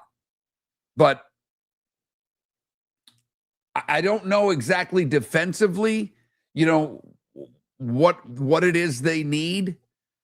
But Mark, you hit on it. Okay, they're 19th in the majors in runs scored. 19th. So, as you look at their pitching, they're giving up 3.5 runs a game. They've played exactly 100 games, I think. Okay, and they've given up 3.7 runs a game. They've played exactly 100 games. Okay, so yes, I'm with you. I think, you can always use another arm in the bullpen. Right, If they want, they can get that. Right. Okay, but no, I'm with you. Like, listen, he's had a really good last 5 weeks. Mullins, the center fielder. But before that, he had 5 awful months. Awful. I mean, before he kind of got his act together here 4 to 6 weeks ago, he was hitting 161 and playing center field. And my fear, once again, Mark, is it's one thing if he improves and he ends the season hitting 230. And it's like, that's a 70, bump improvement in the last half of the year.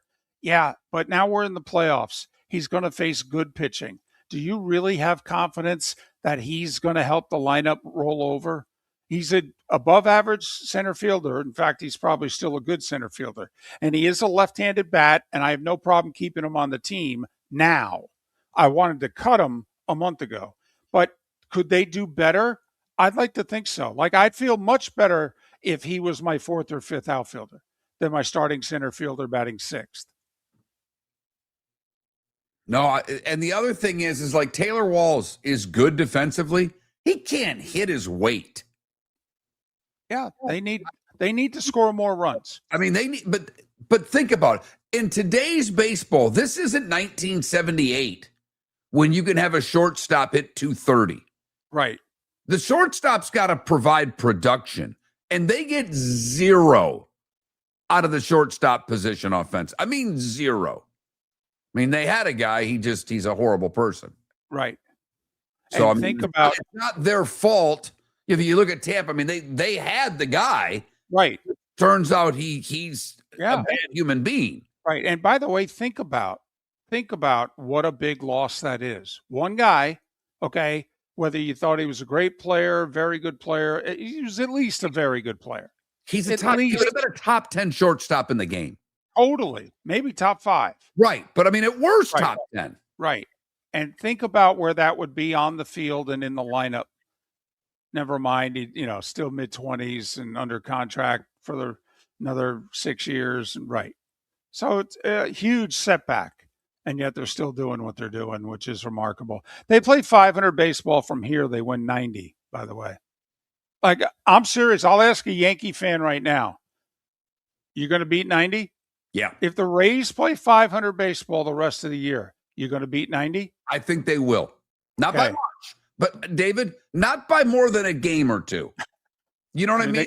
No, totally. If you told me right now I can get to 93, I think you win the division.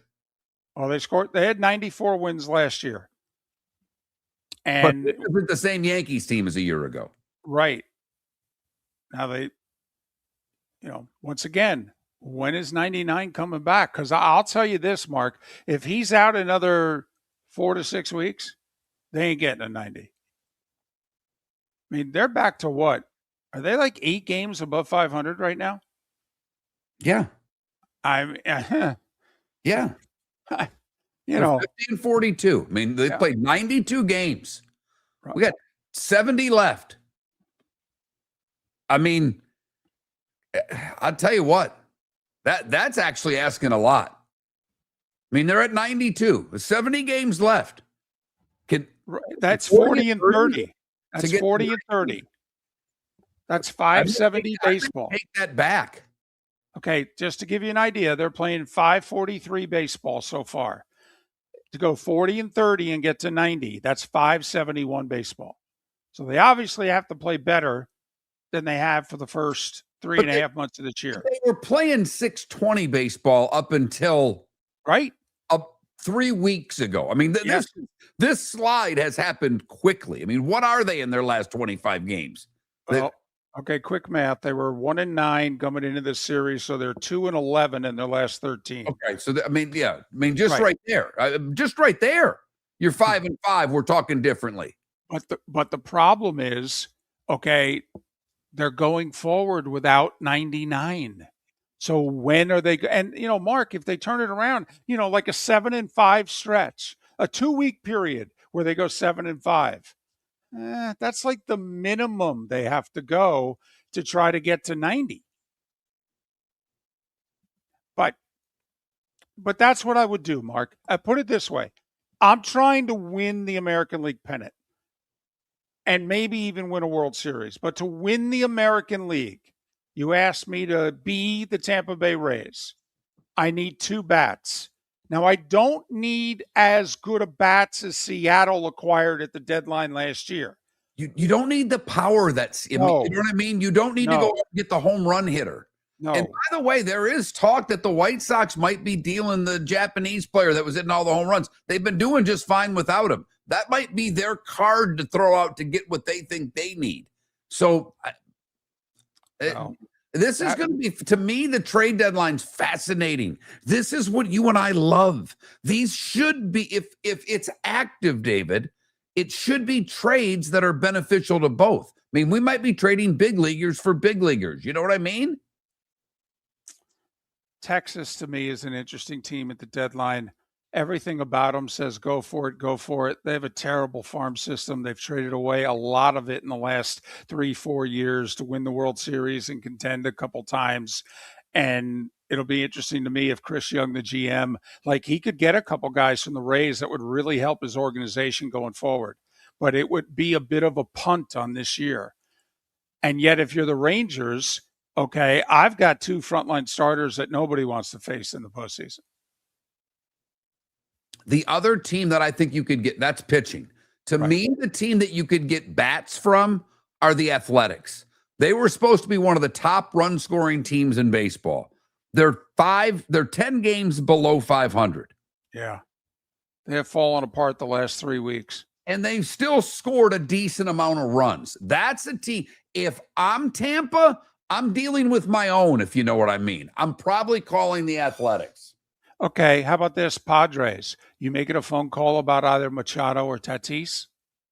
Machado, not Tatis.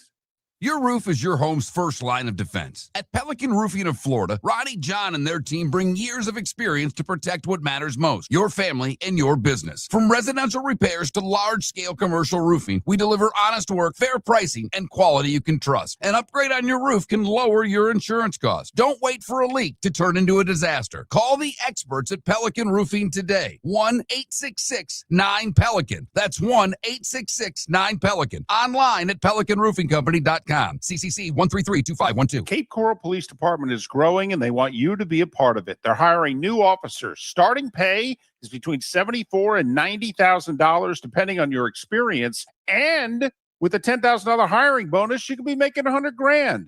Enjoy paid holidays, off-duty details, plenty of OT opportunities. They're also hiring dispatchers and professional staff. So go to capecops.com. capecops.com. Be brave, be best, be Cape. Mark Miller for Sleep Treatment Direct. They are helping me with sleep apnea. And by helping me, I mean curing me. No more CPAP machine. No more snoring. No more tossing. No more waking up exhausted. Their expert team got me the right treatment, fast and hassle-free. If you want to feel energized and get rid of your snoring, call Sleep Treatment Direct today. 444-1741. That's 239-444-1741. Sleep Treatment Direct. Sleep safe and The sound. Floormeisters just doesn't sell Cortec and carpet. They also sell a lot of wood. And what better time than now to stop in and see the nice folks at Floormeisters for some new hardwood for your home. With white oak wood starting at $4.99 a square foot, that makes it affordable for everyone. With 10 colors to choose from, they have a color for everyone. So stop in, 6281 Naples Boulevard, right next to Costco, or go to the web. It's floormeisters.com. Floormeisters.com. Floormeisters, just keeping it real. This is Miller and Moulton.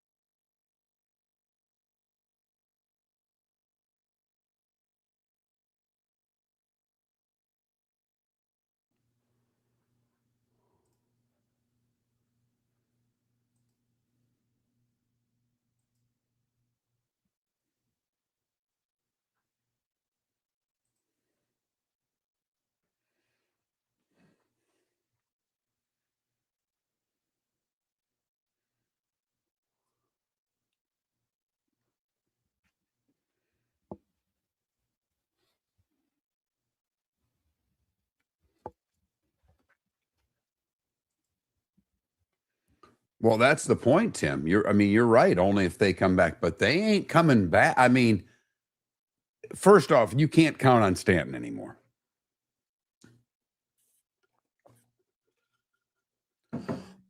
Because he doesn't stay healthy.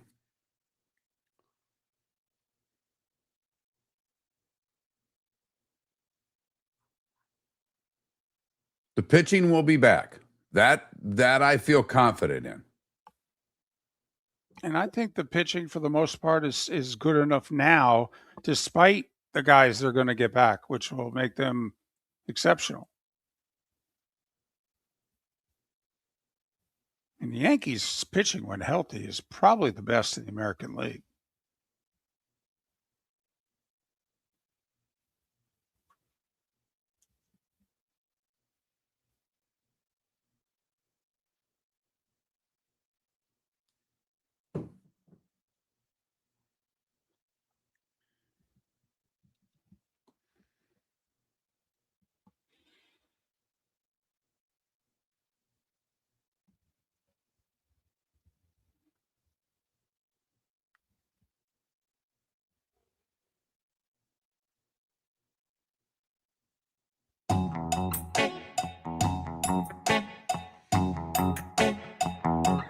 You're listening to Miller and Moulton. And now, here's Mark Miller and David Moulton. 21 minutes past the hour. Good, bad, and ugly. What's on tap? Today was the day when. Some final thoughts. Pick or two, all coming up. Very quickly to wrap up the conversation that we had ongoing last segment. Like I mentioned, Machado, he's 34. He has 7 years left on a contract at over $30 million a year. And at this stage of his career, he's a first baseman, a third baseman, or a DH. And who are the three best position players that the Rays have? They play first, third, and they DH. Right. Here's where they need the bottom three in their lineup right now: shortstop, second base, catcher. The OPS, okay, anything below 700 is not good. Low 700s, you're like an average hitter. You want to be in the 800s to be an impact hitter. The second baseman last night's OPS was 621. Their shortstop last night's OPS was 619. Their catcher's OPS was 639. Listen, the Rays have had a problem at catcher ever since they passed on Buster Posey. I mean, they just have. Okay, so if you're looking at where, if I could make myself better, if I'm the Rays, up the middle defensively, short and second, and a catcher. And Mark, catcher is the hardest position to fill in baseball. There is virtually no good ones. But there are apparently a couple of teams who have a surplus at catching that are willing to unload some of it because they know they can get a premium for it. So let's get Luis Ariz. Okay, we'll swallow hard. We'll put him at second. It'll hurt us a little bit defensively. We'll gain 100 points in the batting average and 150 or more in OPS. Okay, and then if I can, Mark, if I'm the Rays, if I was really going to make a big splash deal, I'd go get a damn catcher. They haven't had a good one in a generation. All right. I'm not saying you're wrong, David. No, just throwing it out there. You asked me to put my hat on. What would I do? Well, and I think there may be a shortstop available. That's where I'm looking because Okay. I'm with you up the middle. And they catch the ball, but they just don't hit it. I mean, Ariz at second base wouldn't be a bad move at all. They need base runners. They need run production. Yes. He doesn't drive in runs. And think about how important 7, 8, 9 in the order is. You want to be able to turn a lineup over for your big boys. Yes. Diaz, Aranda, Caminero. That's who your top three hitters are. They're first, second, third in the lineup.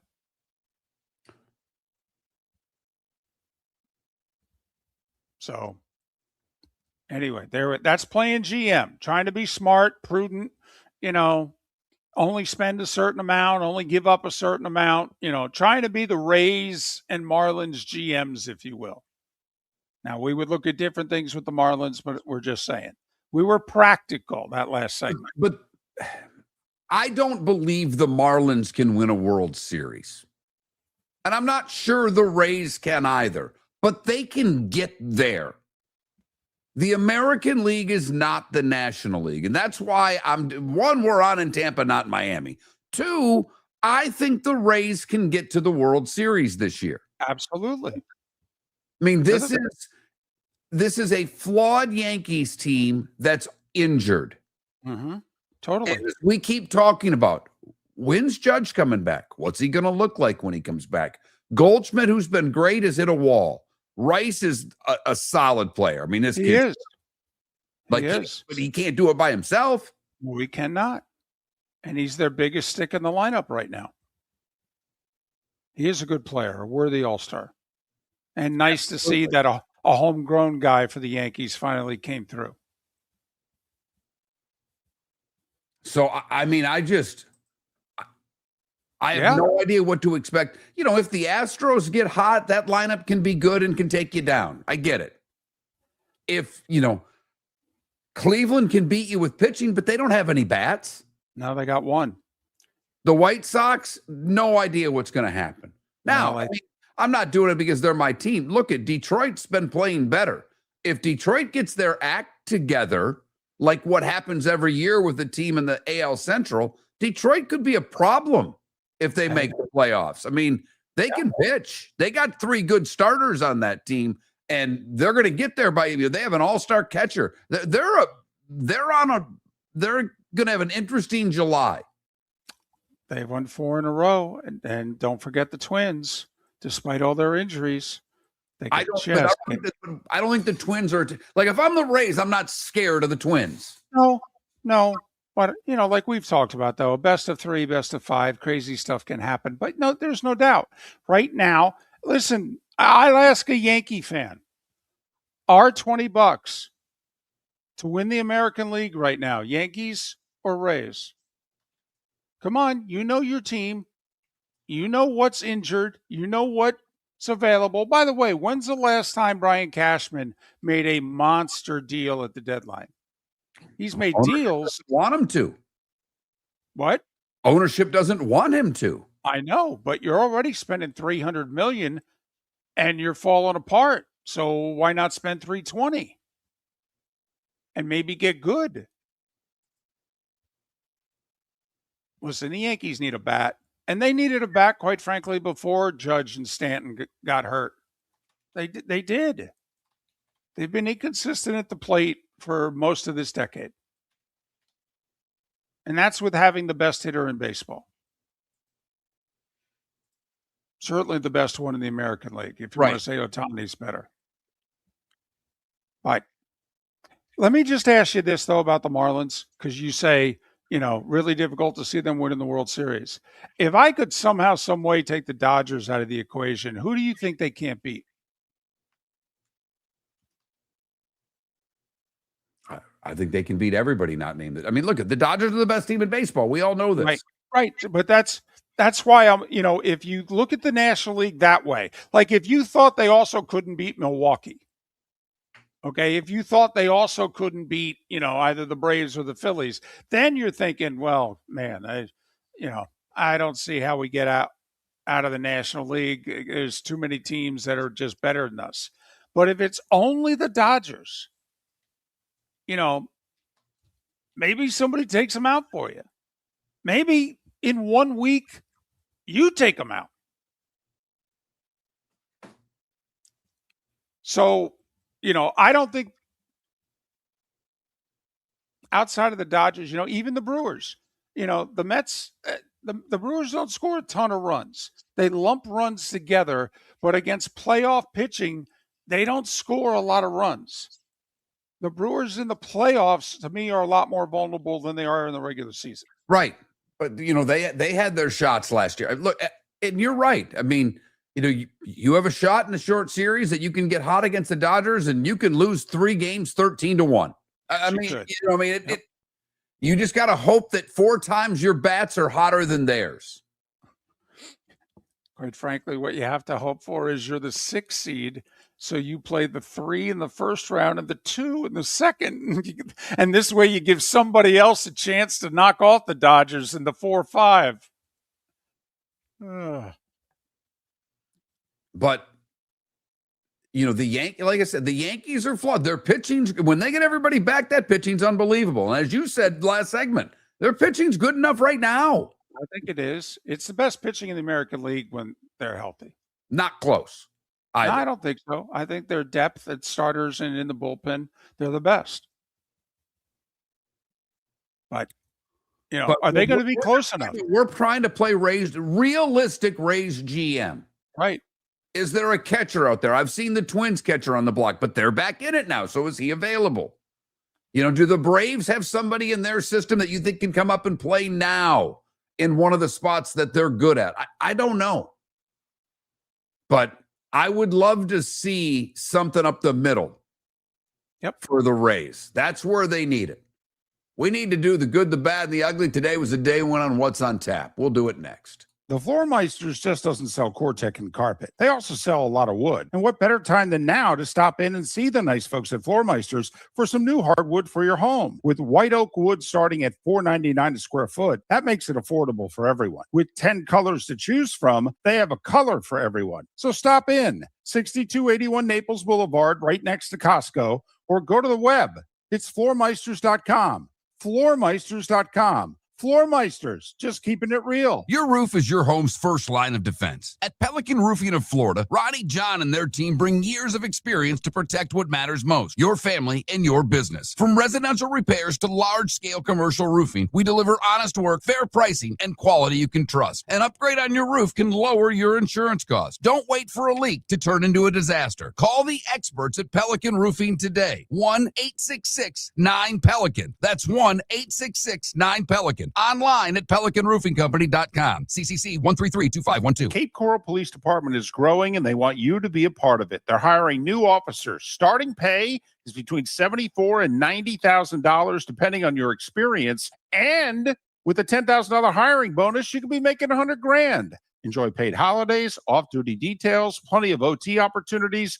They're also hiring dispatchers and professional staff. So go to CapeCops.com. CapeCops.com. Be brave, be best, be Cape. Mark Miller for Sleep Treatment Direct. They are helping me with sleep apnea. And by helping me, I mean curing me. No more CPAP machine. No more snoring. No more tossing. No more waking up exhausted. Their expert team got me the right treatment, fast and hassle-free. If you want to feel energized and get rid of your snoring, call Sleep Treatment Direct today. 444-1741. That's 239-444-1741. Sleep Treatment Direct. Sleep safe and sound. This is Miller and Moulton.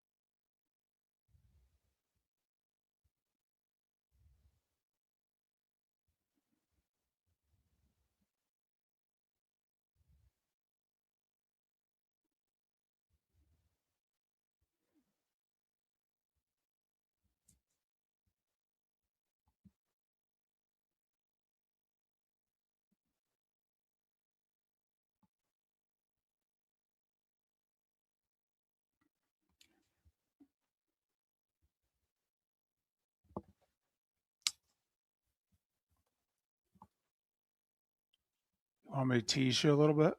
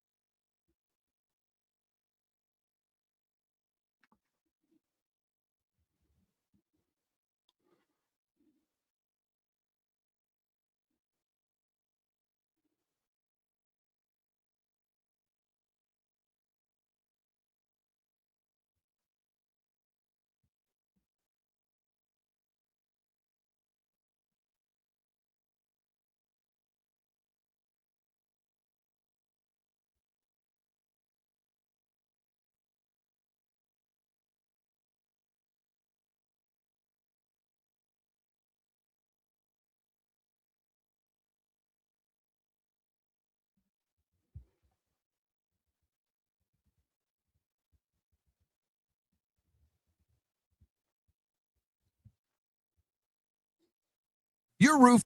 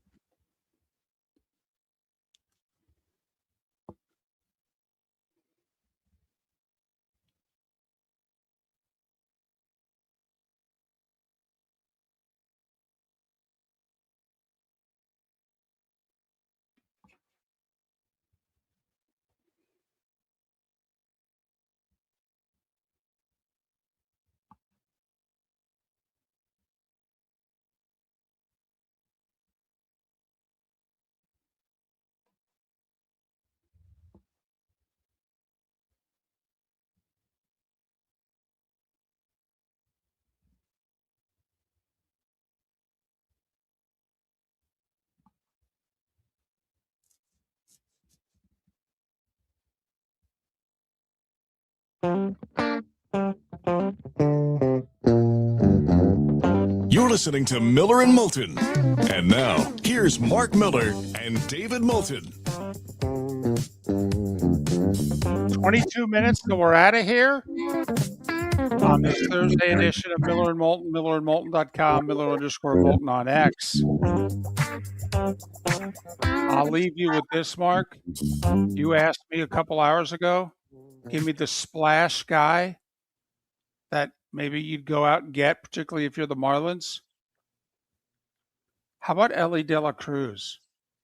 Oh my goodness. Well, the Reds have already offered him $250 million, and he turned it down. And he's represented by Boris.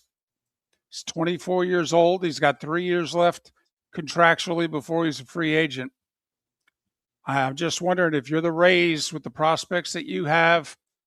Okay, I'm just listen. It would take an awful lot, and but if you're the Reds, this is kind of like Skeens in Pittsburgh. How long do you hold on to him before you got to deal him? Because he's leaving. They're both represented by Boris. Okay. And so the countdown begins. He's got 3.5 years left. If I was the Rays, I'd give up. I know you said the Marlins. If I'm the Rays, I don't know what I wouldn't give up, because here's the thing with Ellie De La Cruz. This isn't Scooble. I'm not losing him in 4 months. No. I've got him until, you know what? I get to my new ballpark. You know what I've got when I've got my new ballpark? Money. Not only that, I'm Mark. in Florida, the taxes, all the other things. He hit a home run last night, David. They had 3 in a row last night. and I just flipped the game on.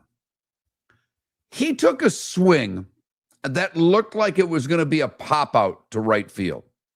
Like, I'm talking 40 feet before the Right. way he swung the bat. I'm like, oh, it's just a fly out to right. And Yeah, the it's going announcers are like, fly ball to right.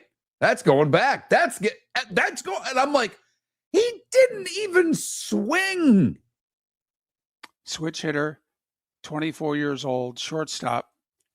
Worth going to the ballpark every night. And yes, for the Marlins splash. Holy Toledo. Yeah, a Dominican Republic kid.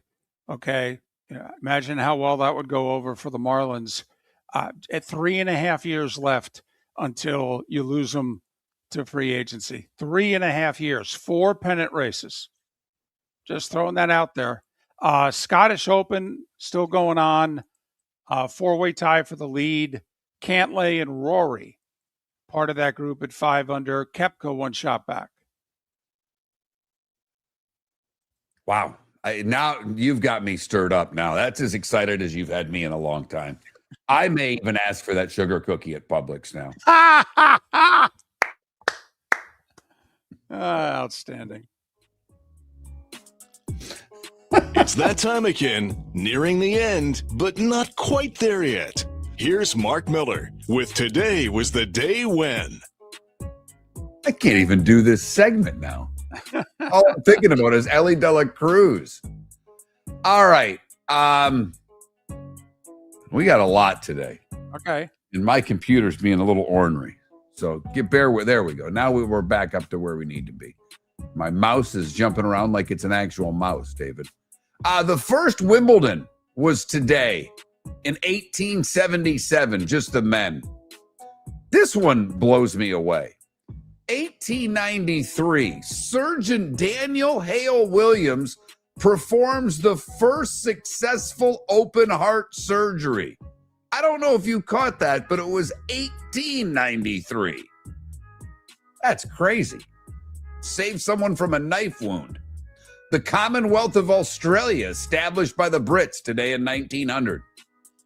The Red Sox purchased the contract of one Babe Ruth today from the Baltimore Orioles in 1914. They were a minor league team, the Orioles, at that point. The Frankfurt Yellow Jackets sold today in 1933. They rebranded the team and I think made a wise move. You now know them as the Philadelphia Eagles. We talked about Satchel Paige signing a couple of days ago with Cleveland. He made his debut in the majors at 42 or 45.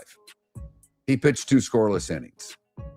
Rock around the clock, Bill Haley and the Comets, topping the charts today in 1955. Today in 56, kind of a Wally Pipp moment in music, Dick Clark took over as the host of American Bandstand. Dylan recorded Blowing in the Wind today in 62. It's the song that made him a star. Nicklaus became the 4th in history to win all 4 majors by winning the British Open today in 1966. Wilt became the first reigning NBA MVP to be traded. Today in 1968, he went from the Sixers to the Lakers. The Duel in the Sun. Today in 1977, Watson wins his 2nd of 5 British Open titles, beating Jack by a shot. They played together in the final 2 rounds. At Turnberry. Donkey Kong released today in 81. They have one over at the owner of Jimmy the Beef Guy's got one at his Fort Myers place. Whenever I bring the daughter there while we wait for our sandwiches, we get a couple. I used to be a lot better at it. That's all I'm saying. I've lost my Donkey Kong mojo. Today in 89 at Wimbledon, I only bring this up because I was there. First time in like forever, the men's and women's finals were on the same day because of rain. Steffi Graf would beat Martina in 3 sets, and Boris Becker would dominate Stefan Edberg in straight sets for his last Wimbledon title. 95, Jerry plays his last concert with the Dead unexpectedly. It was at Soldier Field in Chicago. American Pie, the movie, not the song, was released today in 99. Gave us a whole new thought about pie. The Office, the UK version, premiered today in 2001. Serena equaled Steffi with 22 Grand Slam single titles today in 2016. And the movie Barbie premiered 3 years ago today. Niall Kinnick won the Heisman for Iowa, was a war hero. He was born today. So was Red Kelly, the hockey coach, actor Brian Dennehy, Bon Scott from AC/DC, and O.J. Simpson. I heard he was a good running back, too. John Tesh is 74, Tom Hanks 70, Kelly McGillis 69, Courtney Love is 62, Jack White 51, and you remember the Wonder Years? Fred Savage is 50. What did I miss, David? Yeah. Zachary Taylor, our president in the mid-19th century, died today in 1850. He went to some fireworks show on July 4th, had cherries and milk, and went back to the White House and had a bunch of cold water, and they think he got food poisoning, and he was sick for 4 days, and then he died. I thought you were going to say he lit off one of the mortars with his hand and killed himself. That just happens in Florida. No? No. Time to see life a little bit differently. Here's Mark Miller with the good, the bad, and the ugly. What you got, Mark? I didn't even hear about this story, and it's something we probably should have talked about a while ago, but it was on War Chant, which covers Florida State. But since no one cares about Florida State anymore, we probably missed it. But we should care about Jaden Todd. He's a lineman for Florida State. Apparently, a couple of weeks ago, after a couple of women were in the water frantically waving for help, a man was unconscious, only being kept afloat by his life jacket. They wanted someone to call 911 and said he was having a heart attack. Well, the Florida State lineman, Jaden Todd, jumped in the water, was able to pull the guy out of the water because he's 6'6" and 314, and moving someone who's unconscious out of the water is not that easy.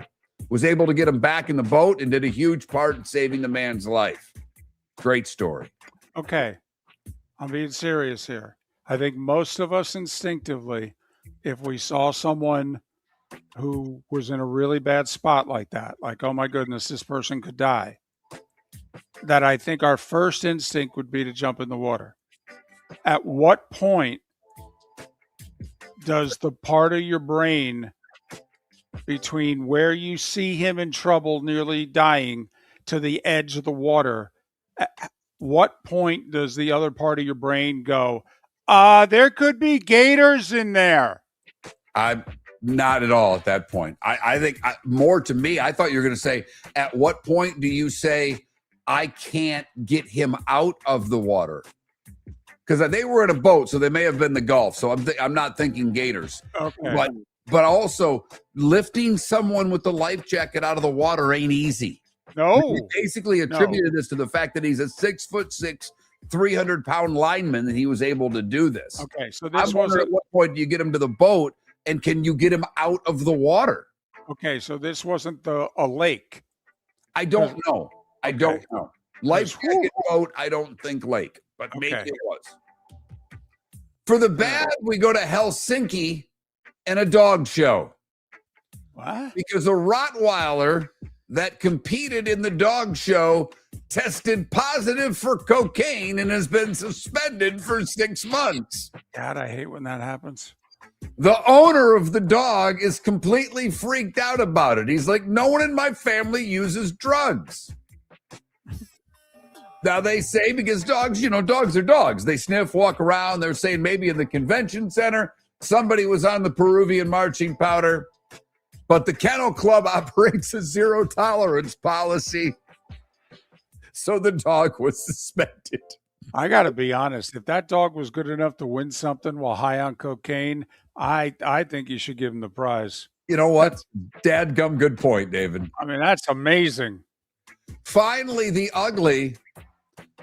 We go to the Shawnee Antique Mall, where a woman, according to employees, was captured on video pulling up plants from outside the mall to plant them at her own house.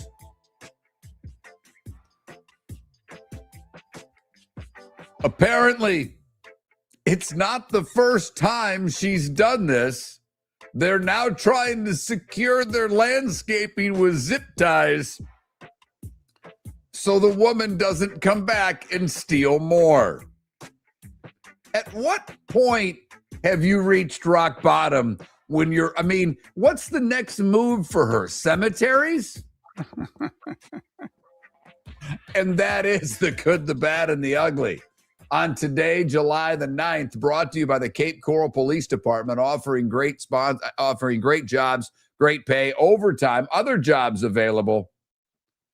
CapeCops.com. CapeCops.com. Dog show, perhaps, in Helsinki? Anyway. At Wimbledon, Coco Gauff lost the first set. She's up 4-1, a break in the second set. It's the semifinals. She's never gone this far, never mind further, at Wimbledon. 4:00 today, Eastern, France and Morocco in the quarters. They met in the semis 4 years ago. France won 2-0. France came into the tournament ranked third in the world, Morocco 7th.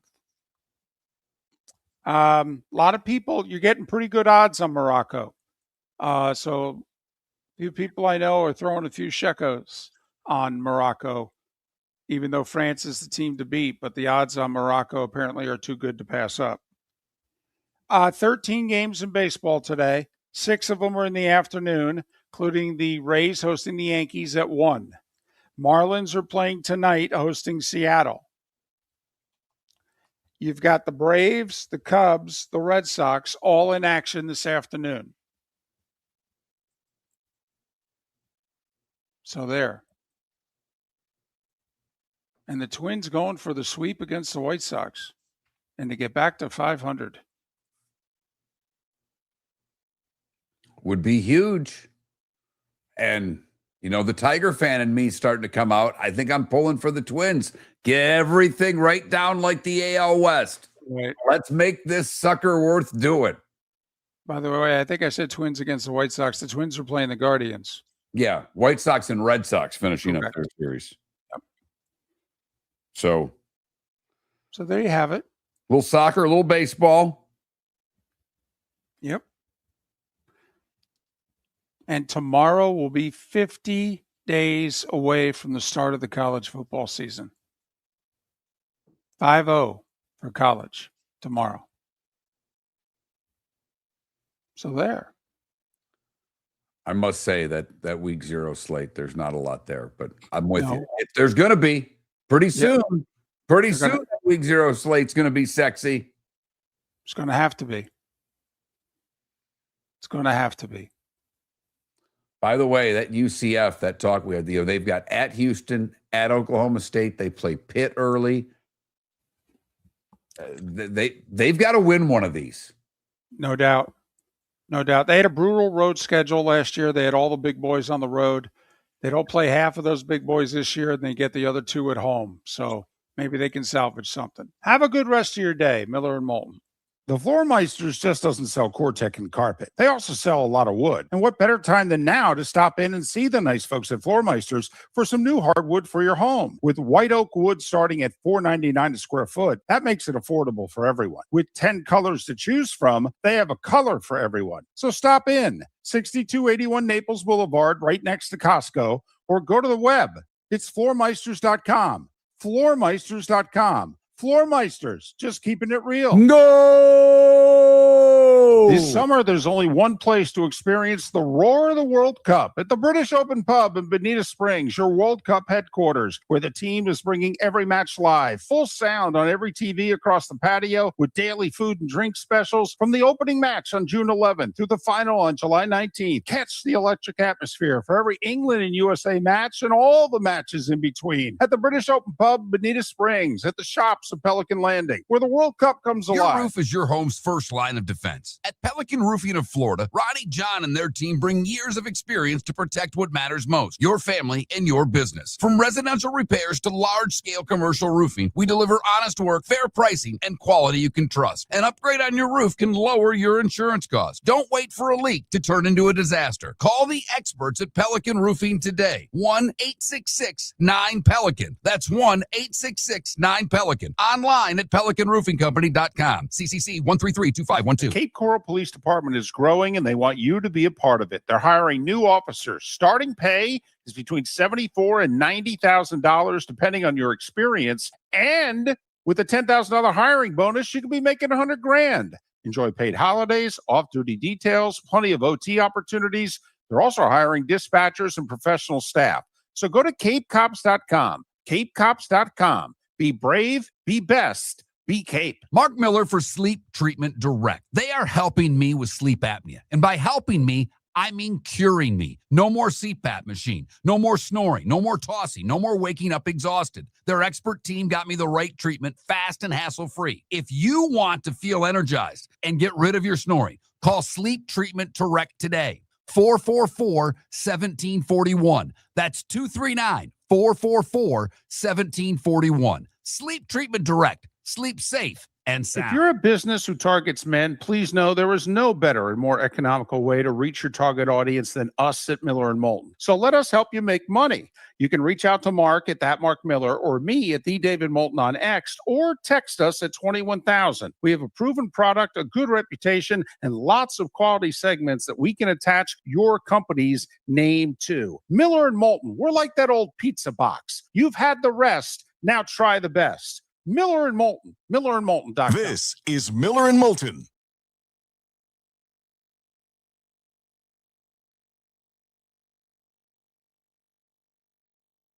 Thanks, all. Have a great day.